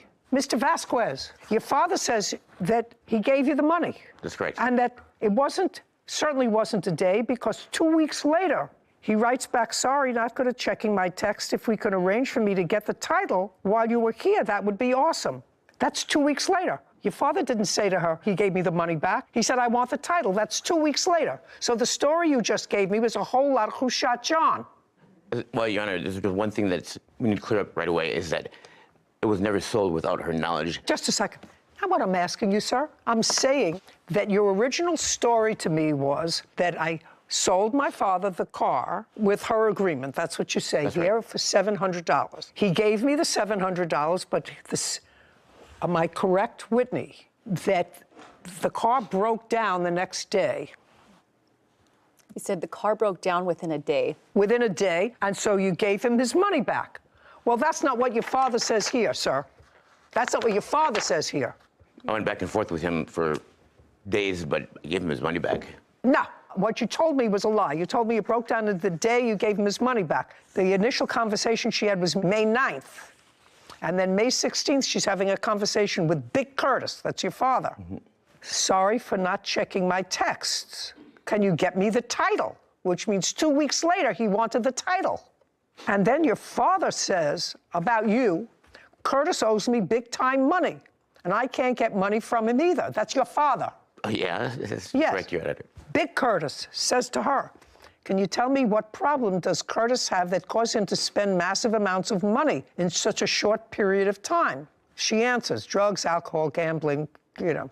He's a functional addict. He even got around $40,000 and he blew every penny. So the $700 you gave him for the car, I'm just going to file a small claims. For whatever reason, he's refusing to give it to me. It's not your fault that he stole the money from me. Just FYI, I have no issue giving you the title. Okay. So far, he owes you $700 for the car. And then we're finished. Get Big Curtis the title. Mail it to him. He sends you his address. Yes. Okay? Yes. Great. Now you have a counterclaim, Mr. Vasquez. Yes, Your Honor. I have some evidence I'd like to present. Don't give me all that nonsense. You say that the plaintiff canceled a vacation trip. You made plane arrangements to take your children somewhere, and she took the children out of state. And car repairs that you gave her money for, car repairs, $250. I helped her repair her car and spent $250 on parts. When was that? That was the car in question that we were just talking about. Okay, you planned a trip to Portugal in August of 2022. That's correct.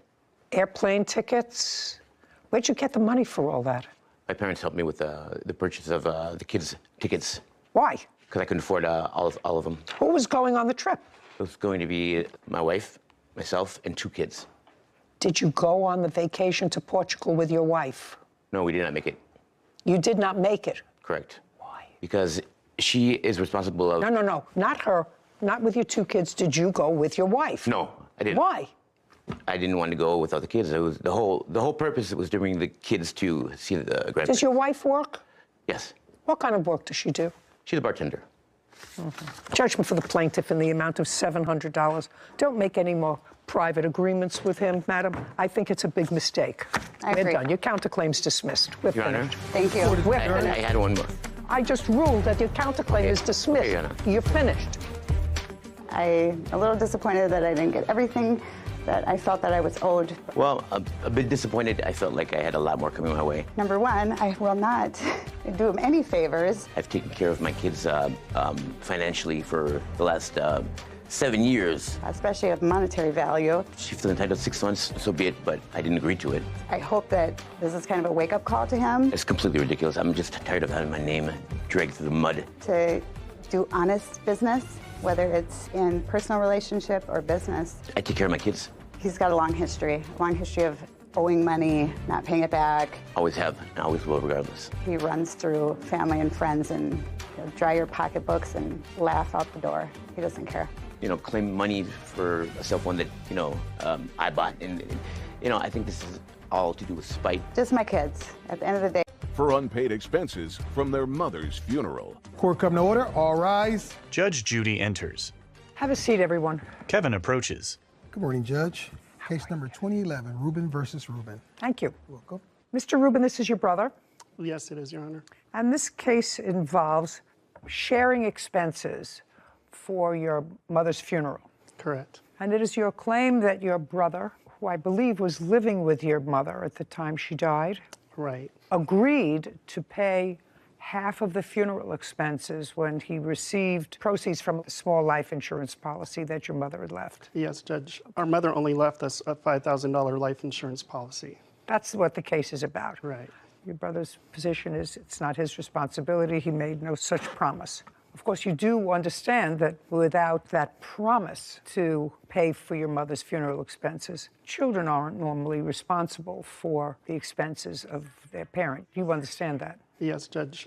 Mr. Rubin, when did your mother pass away? She passed away August 20th of 2021. How old was she? She was 86. And how long had you been living with your mother? Your Honor, I took care of my mother since 1991. Well, If you were taking care of her for almost 30 years, sir, what kind of physical malady did she have when she was in her 50s? She suffered from chronic kidney failure. When did that medical condition develop? Pretty close to 91. What is pretty close to 91? Beginning in the 90s, 91, 92, etc. So when you moved in with her, was your mother sick or was she not sick? She was sick. Did you live with your mother because it was not only good for your mother, but because it was good for you? That's Correct. what I'm trying to get Yes. to. The answer is yes. Yes, and you moved into your mother's house. Correct.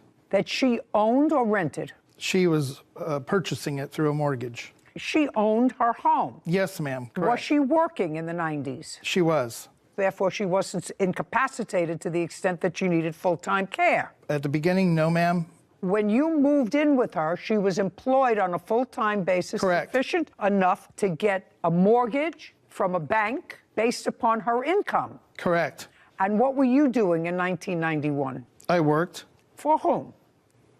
Associates. For how long? Off and on from 91 till about 2 years ago. What does off and on mean? I had several jobs in between. I sold cars for various car dealerships, and I also owned several businesses. When you lived with your mother, who paid the mortgage? My mother did. Did you pay your mother for any expenses? Rent, gas, electric, phone, anything? Or did you live there and you had an agreement? You lived there, she wanted your company, whatever it was. She lived alone? At the time, yes. In 1991, she was just living alone? Correct. And I assume, therefore, happy to have your company? Correct. I assume. Okay. So you made no payments to your mother? With the occasional help with some utilities or food, yes. Okay. So you were able, I assume, to save a substantial amount of money? Correct. Just for my own information, so that I can sort of put this thing together. Sure. You have stocks, bonds, savings? No, ma'am.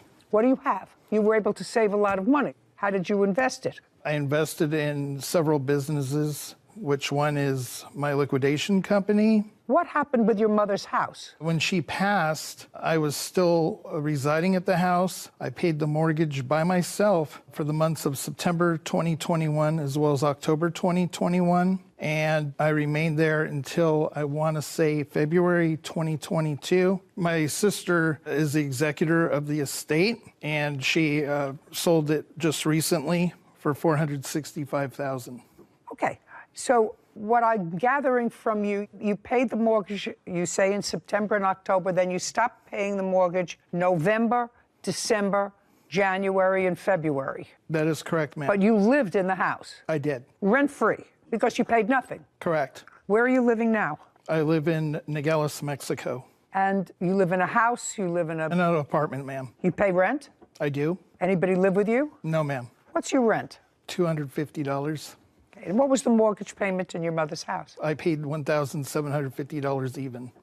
Are you the sister? Yes, Your Honor. Could you stand up for a second? I'm just getting some information. Tell me your name. Shannon Hayes. Ms. Hayes, house was sold recently for $465,000. And what was left on the mortgage? $258,000 plus a $35,000 third mortgage. Your Honor, since her brother was not paying, since he wasn't paying, the house actually went into foreclosure, and so we had to get. Just a sec, I didn't ask you anything. Okay, I'm just. Sarah Rose, $465,000 less $258,000. $207,000, Your Honor. Less $35,000. $172,000.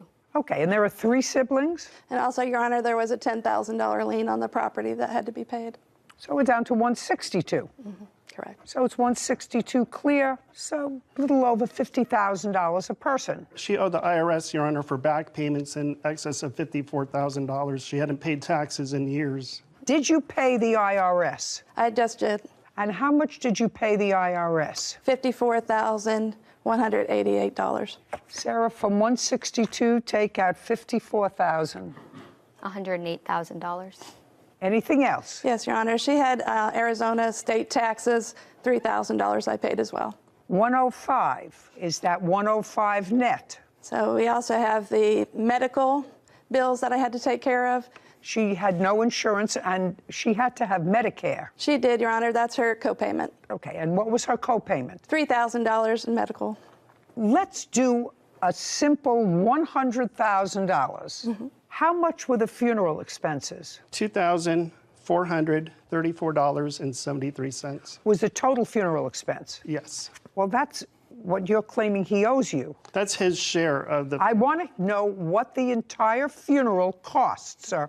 You'll show me the invoice. Sure. I do have all the invoices for you.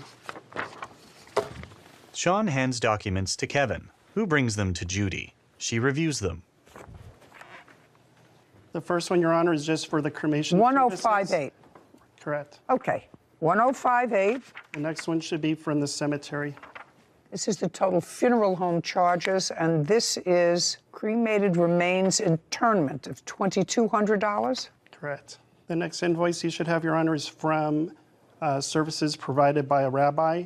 Okay, that was $600. Your Honor, it was actually $700. I paid the rabbi $100 as an honorarium. No, that's $600. Whatever you want to pay him as an honorarium, that's fine. So the total expenses are $3,858. You should have another invoice for a proposal for a headstone as well. 1717. Yes, Your Honor. 3858 plus $1,717.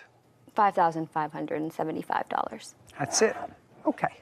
I assume your mother died without a will. Correct, Your Honor. Okay. And you are the only surviving siblings? Yes, Your Honor. The estate will be divided into 3 parts. Correct. So each one of you will get about $33,000 from the estate after all of the expenses have been paid. There's also the real estate commission fees that we didn't mention to subtract from the net income. And what were the real estate commission fees? $30,000. Oh, yeah, that's a substantial amount. Yes, Your Honor. So 108 less 30, $78,000. So now you're down to $25,000 each. That's correct, Your Honor. What I'm trying to figure out is, even giving you all those expenses that you paid, your mother's estate, absent this $5,000 life insurance policy that there was, correct? And you got a share of that life insurance policy. How much? Yes, the answer is yes. How much did you receive? $2,500 even. Okay, $2,500. Yes, ma'am. And did you get a share of that life insurance policy? No, Your Honor. Did you? Yes, Your Honor. I also received $2,500. Great. And the estate had net, after everything, at least $75,000 divided by 3, which is $25,000 apiece after you pay all expenses, which in this case would have been funeral expenses. Do you understand where I'm coming from, sir? I do. I have children and grandchildren. 10 years is a long time. That's a grandchild. She didn't see me at least once a month. She better keep her fingers crossed that I don't change my will. A courthouse. The Judy Justice logo appears. In the courtroom, Sean and Randall. Sean Rubin is suing his brother, Randall Rubin, for unpaid funeral expenses. Randall is countersuing, claiming Sean defamed him. So now, if what you're asking me, Mr. Rubin, is to find that you had an agreement with your brother to pay 1/3 of the funeral expenses because the two of you each paid 1/3 of the funeral expenses. Is that what you did? Well, Your Honor, that's either a yes or a no. It is a no. I'm the only one that had the money to process our mother. He would not even sign to get her processed to continue the cremation. I have evidence here I'd like to submit to you where he agreed to pay me half of it out of his life insurance. Okay, that's all. I have text from him. Just a second. I'm going to take a look at it. You have to understand, Mr. Rubin, yes, that at this point, if I find that he agreed to pay for half, then you understand that you agreed to pay for half of her funeral. Ordinarily, the funeral expenses, you may front the money for those funeral expenses, but if the deceased had sufficient money in their estate to cover their last expenses, and those would be medical expenses, which you paid out of the estate, correct? Yes, Your Honor. Taxes, which you paid out of the estate. Yes, Your Honor. You paid out of the estate after you sold the house, broker's fees. Mm-hmm. State tax fees, along with those kinds of fees, would be funeral expenses. Now, if the two of you agreed, or the two brothers agreed, which is what you're saying, that he agreed to pay half, not 1/3, but he agreed to pay half of the funeral expenses for which you are not being reimbursed by the estate. Do you understand? Correct. I have not received anything from the estate, Your Honor. Okay. Kevin hands Sean's document to Judy. Well, this would be you. I'll let you know tomorrow. I think it's $2,200 for Menorah Gardens, and cremation was $1,053, so it's $1,626 each. That would be you, right? Yes. Okay. 1,626. Because you asked him how much you owed, right? I did. So I assume since you asked him how much you owed, you had some sort of an arrangement with him to pay a third, because it does say a third, of the funeral expenses. That is correct. Okay, great. I do want to interject, Your Honor, and let you know that when I did receive my monies, the $2,500 from her life insurance, we had communicated with one another that I had some emergency dental work that needed to be done. It was life-threatening, and therefore he said, I don't have the email because I had to block him. I have a restraining order against him. So I lost all my emails between us. Listen, however, nobody ever has their emails here or a video. A very substantial amount of those monies went for my dental. I don't care. How old are you? 59, ma'am. You have lived rent-free for 30 years. And according to you, you had businesses. You worked most of that time, either selling cars or on and off for a company for 30 years. You made an agreement with your brother to pay 1/3 of your mother's funeral expenses. And as far as I'm concerned, if you had dental problems, pay for it from the resources of one of your businesses, because you had no expenses. You have very little sympathy for you. You lived in the house for months without paying the mortgage. That's outrageous. That's taking money away from them. Do you understand that? Yes, I ma'am. say you lived in the house for 3 months rent-free, at least 3 months rent-free. So if you paid mortgage payments for 2 months, I would say to you, sounds pretty reasonable to me. You know, there's a story that's created. Correct. And what's created here is there's unequivocal information in these text messages that you and your brother and sister, because you, sir, are claiming that he owes half. He doesn't owe half. That was never the agreement, according to what you gave me. According to what you gave me, and in your own hand, you say this is what you owe me, $1,600, not $2,600. Well, Your Honor, if I can explain, the reason why I said half is only me and my brother were included in life insurance policy. My sister was not named on it, and it was only for $5,000. So, sir, listen carefully to me. I mean, if we put our money together, we could have paid for it. Listen carefully to me. That has nothing to do with you. Exactly. The same with his dental has proceeds of nothing your to do with mother's me. final resting should have come out of the estate. That way it would have been borne equally between the 3 people who will profit from the estate. You understand? I understand, Your Honor. Very good. So if you understand that, the math is simple. If he pays a third, you get your sister to kick in whatever she's getting back from the $25,000, and everybody is equal. Well, Your Honor, I mean, you're already getting the vibe that this guy is the biggest bum who lived with his mother, sponged off of his mother. Let me explain something to you. That is unnecessary here. Unnecessary and really quite stupid. Stupid. You handed me evidence, sir, that you made an agreement with him. He asked you what he owed. You told him. Yes. $1,600. That's what you told him, that he owes you, $1,600. That's correct. And each of you are getting a certain amount of money for nothing from your mother.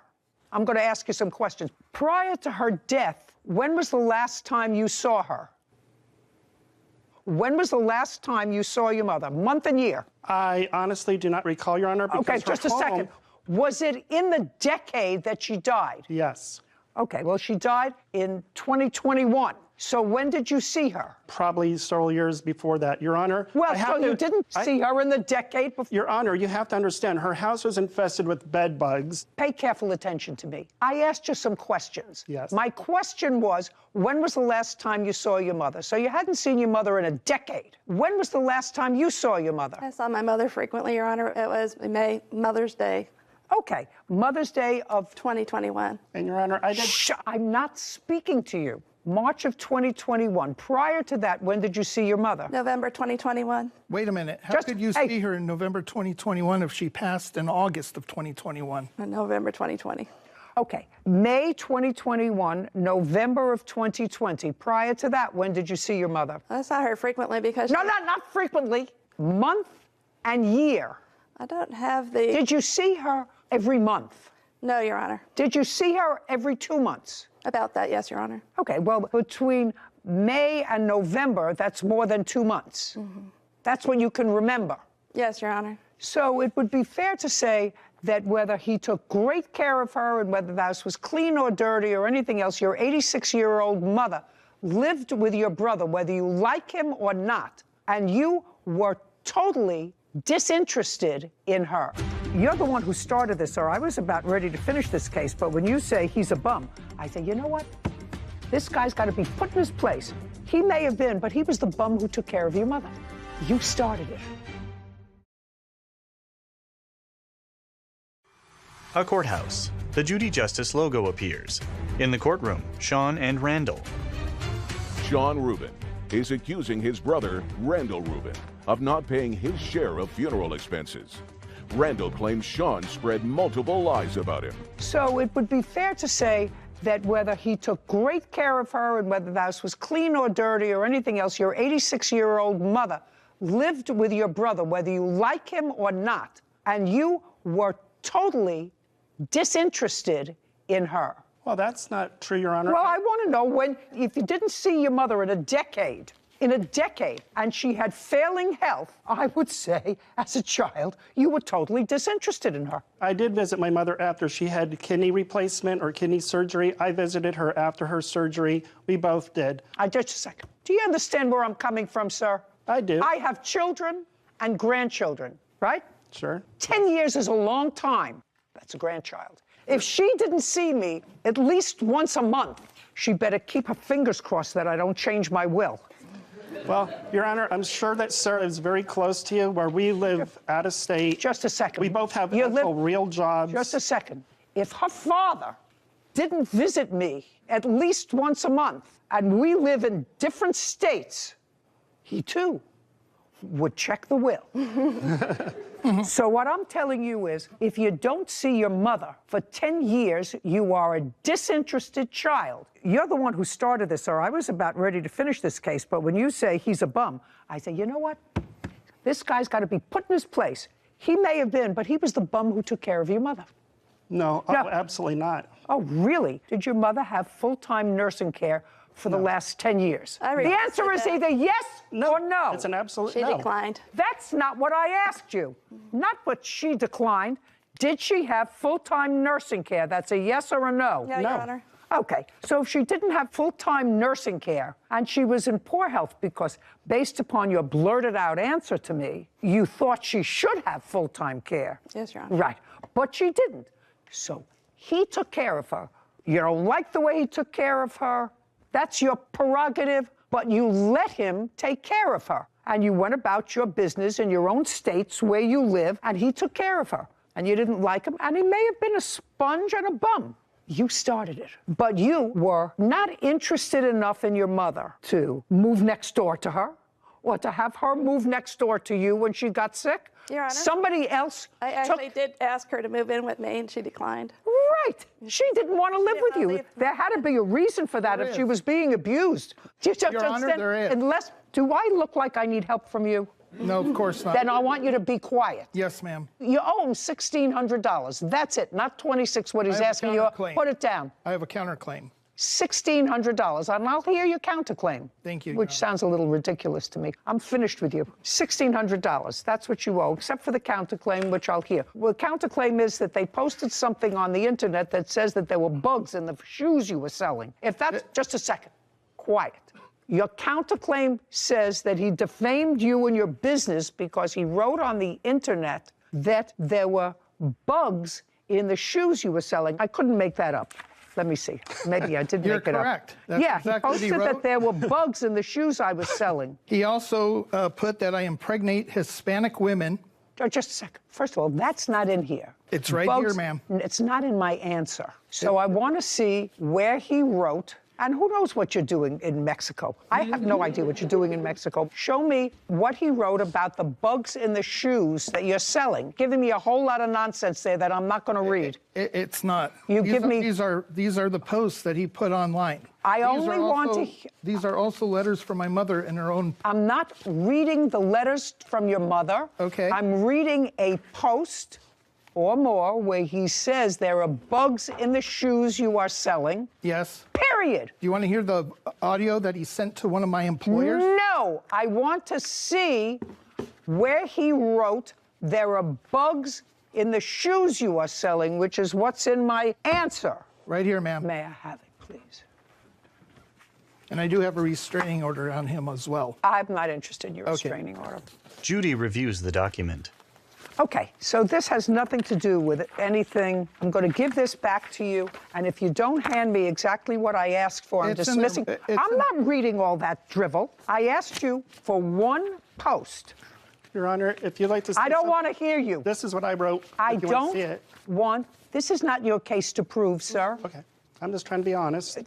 Here you go, Your Honor. This is one that he Thank you. wrote Don't to tell my me employer. one. Just give me the posts about shoes. This has nothing to do with shoes. This one is in Spanish. If you show me one more thing that doesn't say bugs and shoes, I'm just dismissing your case. Do you understand? Yes, ma'am. Please look at this one. It is in Spanish. No, that's your problem. The counterclaim's dismissed. Judgment for the plaintiff in the amount of $1,600. We're finished here. Thank you very much. Thank you, Your Honor. This court is adjourned.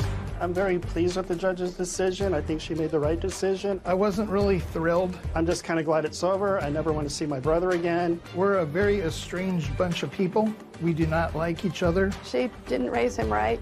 She raised us right, and we're going to do the right thing on behalf of our mom. Sarah and Judy. First and foremost, I will visit you every month, every week, every day, if that's what it takes. But in all seriousness, this case shows how foolish it is not to memorialize your wishes for the end because it creates a heightened sense of stress. For rent, a security deposit, and stolen property. Court come to order. All rise. Have a seat, please. Kevin approaches the bench. Hello, Judge.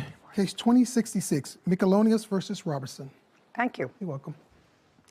Mr. Robertson, how long had you been living in your apartment prior to renting a room to the plaintiff? I believe it was about 3 years. You had been living there by yourself? No, I had roommates previously. When did the plaintiff move in? I believe that it was January 1st of 2017. 2017? It may have been 2018. It was the first, I forget. It was 2018. That's correct. How long did he live there with you? He lived there with me until September of 2021. So far, that correct, sir? Yes, ma'am. So now let me understand this lawsuit. Mr. Robertson lived in his apartment for 3 years. You answered an ad for a room. You lived with him in his home as a tenant from January 2018 until September 2021. Correct. At that time, there was a dispute. Probably we'll get into that in a moment. There was a dispute. During part of that time, Mr. Michelonius, you did not pay rent. Is that correct? During COVID? That's correct. For what period of time did you not pay rent? Well, I had. Give me how many months did not pay rent? There was. You don't have to think out loud. How many months between January of 2018 and September 2021 did you not pay rent? Give me a number. That's a number. 4 months. Some months I paid partial rent. But there were 4 months that I did not pay any rent. 4 months, no rent. And how many months did you pay partial rent? I believe that would have been 4 or 3. So for 7 months, you did not pay your rent. Paying partial rent is not rent. Now, my question to you, Mr. Robertson, is this is an apartment that you rent. Yes. Or rented. Mm-hmm. From January 2018 until September 2021, was your rent current? My portion of the rent was current. What do you mean your portion? My portion that I was responsible for. No, it's your apartment. You're responsible for the whole thing, Mr. Robertson. Yes. Okay? You're responsible for the whole rent. And if what you chose to do was to say to your landlord, listen, I have a roommate, I'm just paying my portion of the rent, my roommate isn't paying his, right, then your rent wasn't paid. Yes. And I assume that your rent wasn't paid for the same period of time that he didn't pay you his portion of the rent. Yes. Was it for any period of time greater than that? Greater than the 4 months or the 7 months that he didn't pay rent? I went through my bank statements and they went back until, I believe, July of 2020. And that's as far back as my bank app lets me go. Okay. There were more months than that I received partial or no rent payments for. From him? From him. I'm asking you about your landlord. If you didn't pay your landlord, you telling me your landlord didn't file an eviction against you? There were several months that he did pay his full rent, and so that would have meant that the entire rent for that period. Well, I know, but if the rent was not paid, did your landlord ever serve you an eviction notice? No, there was an eviction moratorium in Alameda County at that point for unpaid rents due to COVID. Gotcha. So that would it be a fair statement that you both took advantage of that? He took advantage of it, and so did you. I wouldn't say that it was me trying to take advantage. I would just say it was my inability to cover the entire rent. Your portion as well as his. My portion was always covered. Your portion was covered? Yes. Okay. Now, Mr. Michelonis, when did you move from month and year? It was September of 2021. And when did you leave there? I believe it was the 3rd or 4th week of August of 2021. So you both left the place at about the same time? I left involuntarily, but yes. Well, you left involuntarily, because that's what this case is about. Okay, so now I have the structure of it. Do you understand the structure of it? I understand. You understand the structure of it? I just want to make sure that people out there watching understand the structure of it. So you were the rentor, and you had an argument. It resulted in a protective order for somehow some genius put him out of his own apartment because of these protective... You weren't in the hospital for anything, were you, as a result of an assault? No. No. You have no medical records there of being treated for any injury. It was a harassment. Just a minute. Do you know my husband harasses me every day? Every day. I couldn't think of evicting him. I mean, you do other things. So the answer is, you were never treated for any illness. You were never treated for anxiety at a hospital as a result of this harassment. As a result of your allegations, let us say of harassment, Mr. Robertson was ejected from his own home, from which you had not been paying rent. Your portion that you were supposed to pay contractually with him for months because of COVID. Am I getting this story right? So far, I'm not finished yet, but so far, is there anything that I said was wrong? I think that's pretty close. I mean, okay, so that's pretty close. And now what you are seeking here is, should I say basically, and I hate that word, basically, but it's appropriate in this case. So all of those haters out there, she used basically, I don't care. It's appropriate here. Whitney grins. Caption coming up. And I put in the protective order that they were living with me, but they were moving. No. They were living with you. You were living with them. Well, yeah, we were living together. No. You were living with the defendant. He wasn't living with you.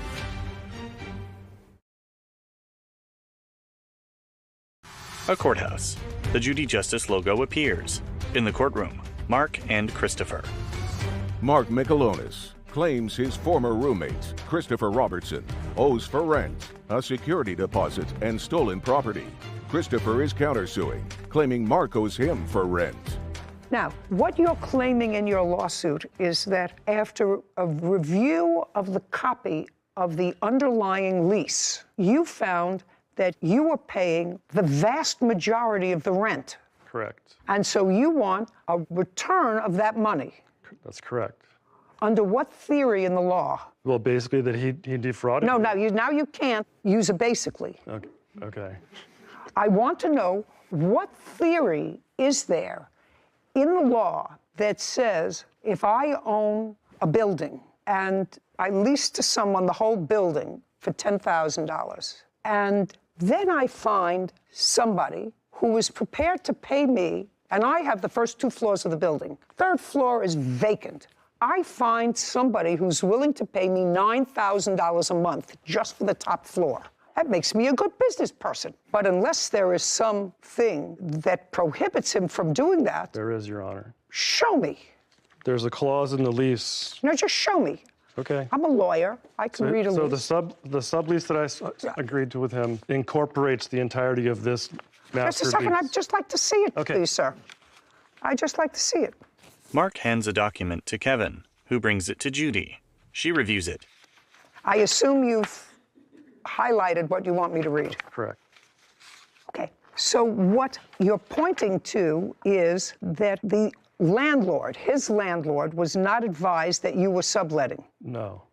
Well, that's why signed by every tenant. So that was one of the things, because if you look at the second lease, the one that was altered by Christopher to remove those areas, so I wouldn't be aware, I wouldn't be able to enforce them, was because he moved his boyfriend in without getting my consent. And so it says in there that he needs written consent. I understand that that doesn't apply to me, but he thought it did. And so he used whiteout on the other lease that I gave to you to obfuscate those terms. I don't know how to put this to you, sir, other than to say, let me backtrack. What kind of work do you do?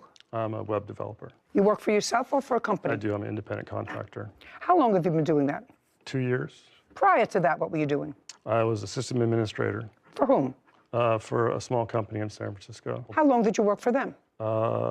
6 years. So for 2 years, you were an independent web developer, and you're still an independent web developer. Correct. And that's how you support yourself. Right. So you work out of your home. Right.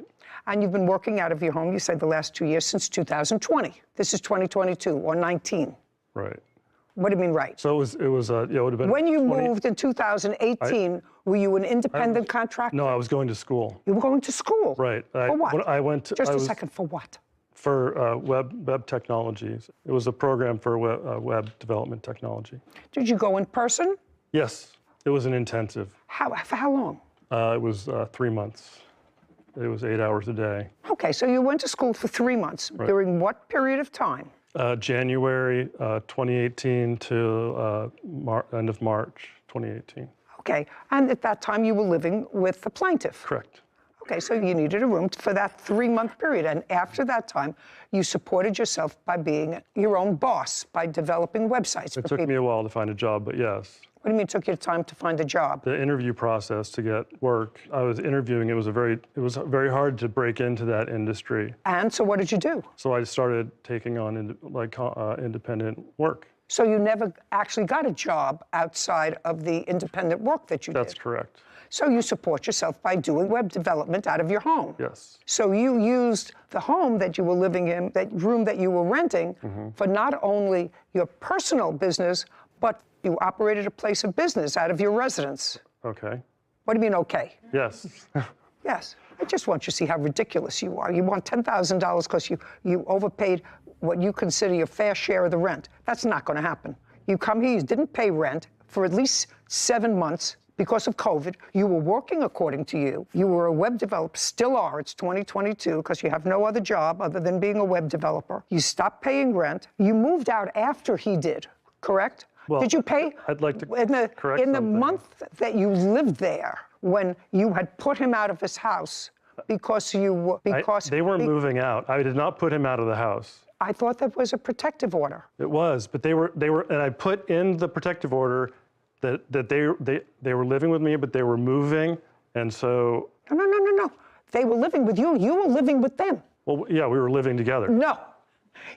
You were living with the defendant. He wasn't living with you. You were renting a place, although you weren't paying rent from him, and the underlying landlord wasn't getting his money, all of his money, because he wasn't getting your money. And what's coming to me is that somebody got stiffed with rent, and that would be the landlord who rented you your place where you were living, because you didn't pay him the whole thing. You didn't pay him the whole thing. And now you want me, you're asking me, to award you $10,000 for overpayment of rent. Your Honor, could I clarify something? The times when I didn't pay rent, I was not working.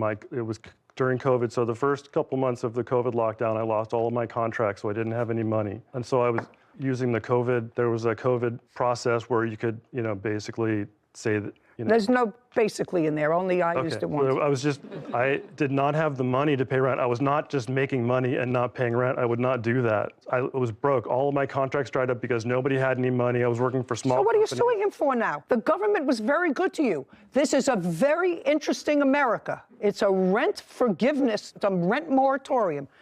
That doesn't mean the state where you live. What state do you live in? California. California. That doesn't mean the owner of this premises was given some sort of a break that they didn't have to pay for utilities, taxes, mortgage on the building, because it's used as a business. As far as I know, there wasn't a moratorium on that, but there was a moratorium on two seemingly able-bodied people to say to the landlord, I can't pay my rent. to add insult to injury, you think that I'm going to give you $10,000 because he charged you more than whatever the 3rd or 40% of your occupancy of the apartment, and he shouldn't have? That's not going to happen, sir. So forget it. Mark lowers his eyes. Caption coming up. I've been here a long time. If a landlord is owed $5,000, yes, he doesn't say, well, tenant owes me $5,000, but his apartment was clean. I'm going to give him back his $2,000 security deposit. That doesn't happen.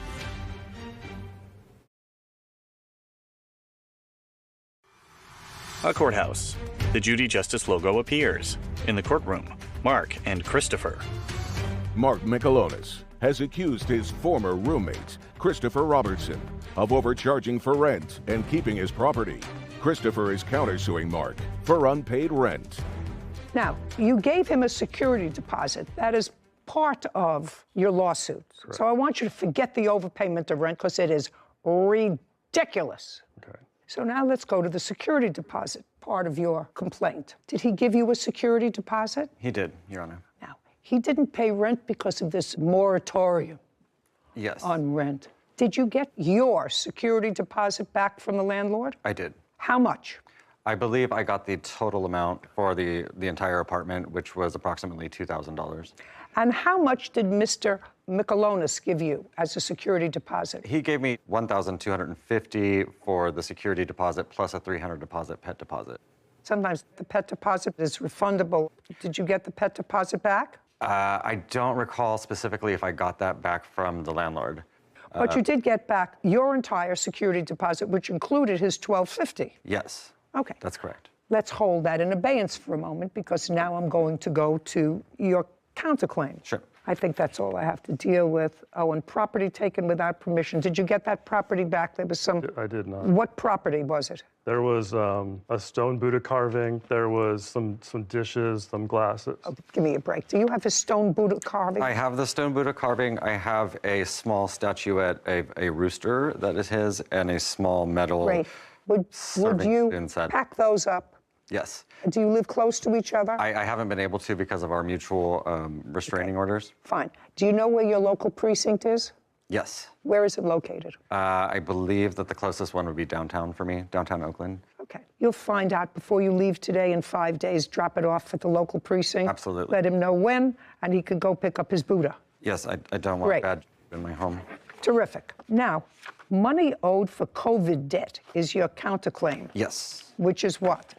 It is a total of $55.35, I believe. For what?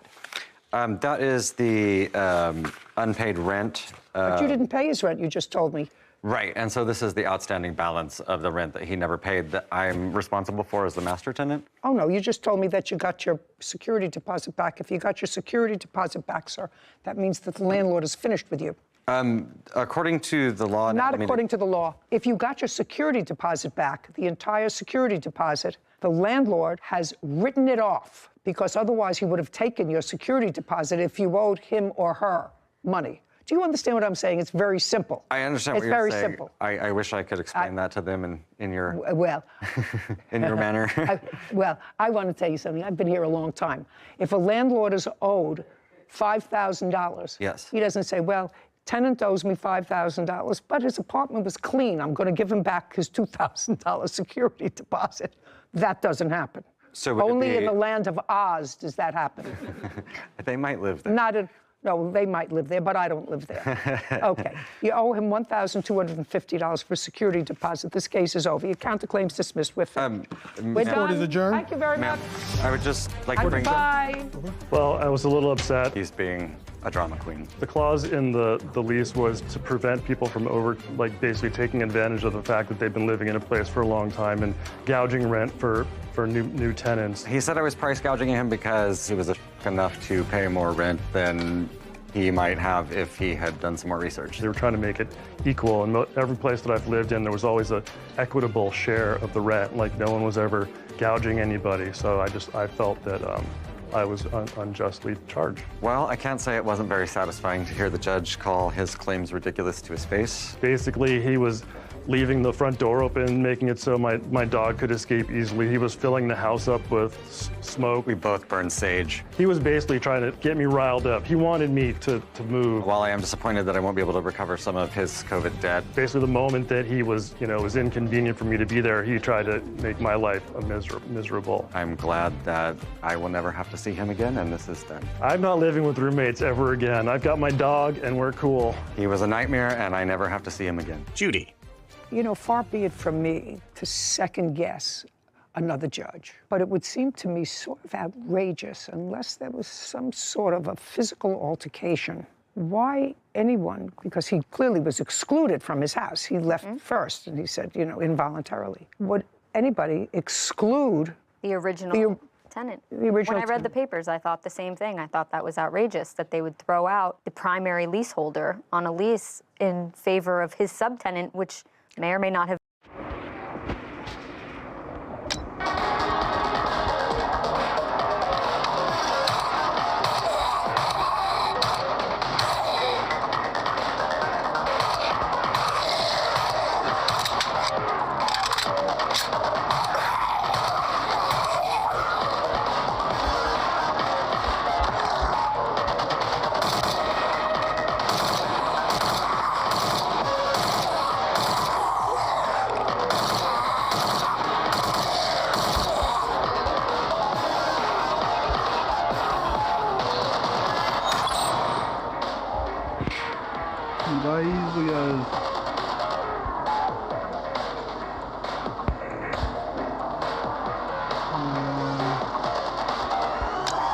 Now we're talking.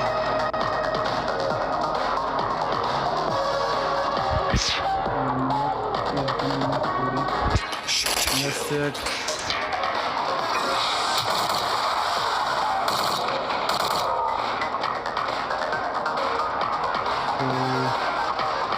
We will try our best.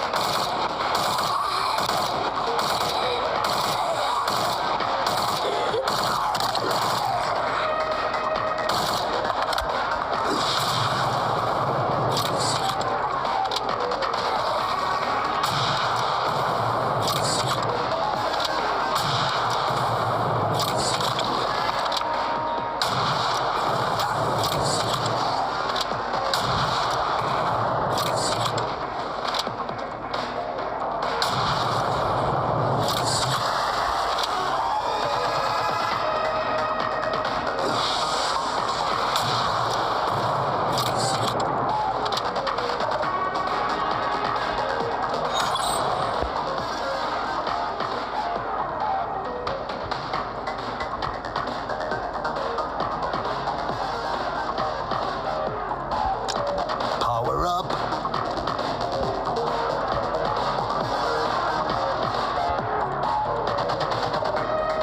Let's get 'em.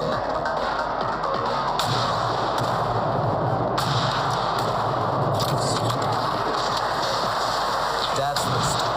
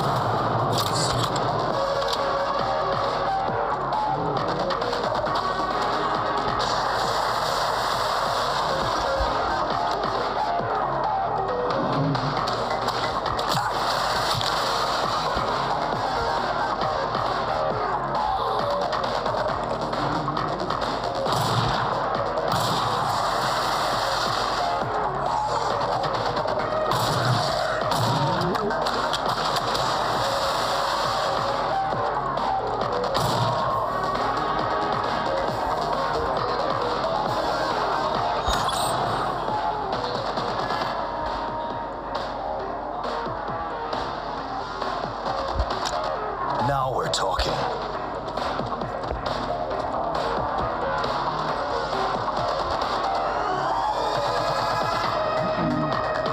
Shoot to kill.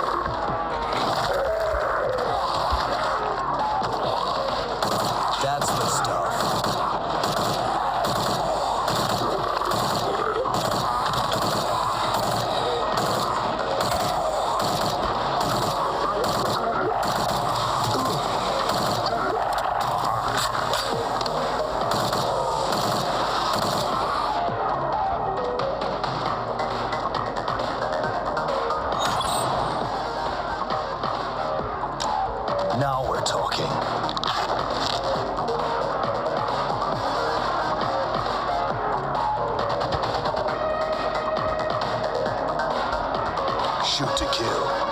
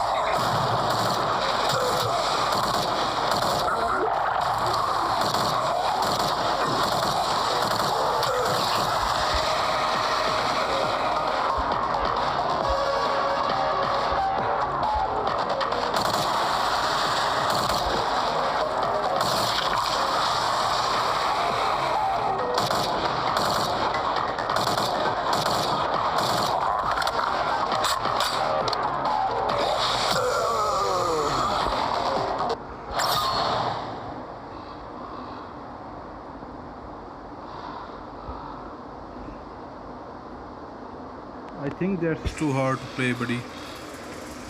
That's not too much. We will try the next level of this game, but that will keep okay. Guys, keep supporting me on YouTube channel and subscribe my channel for next videos. Thank you.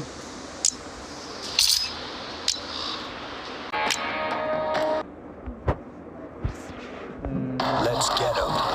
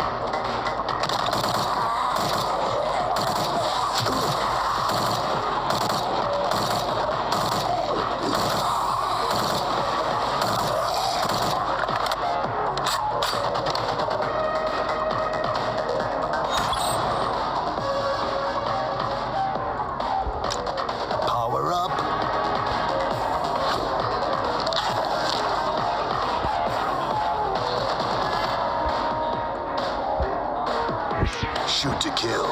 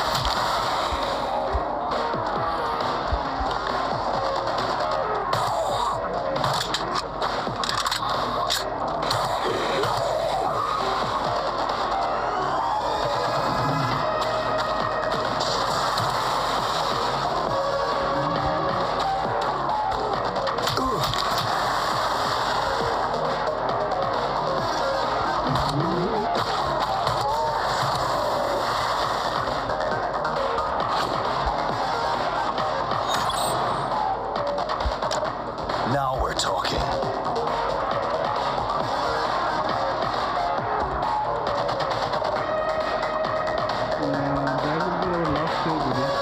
Lock and load.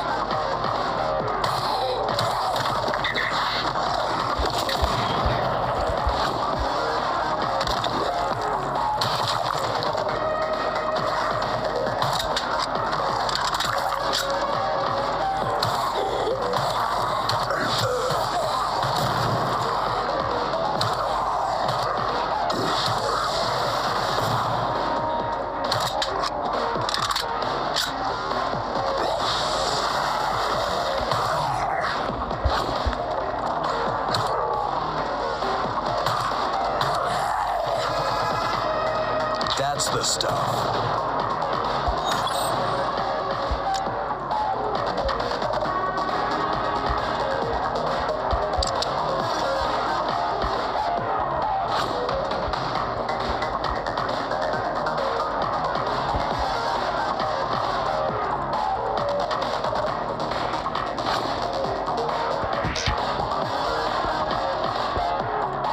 Shoot to kill.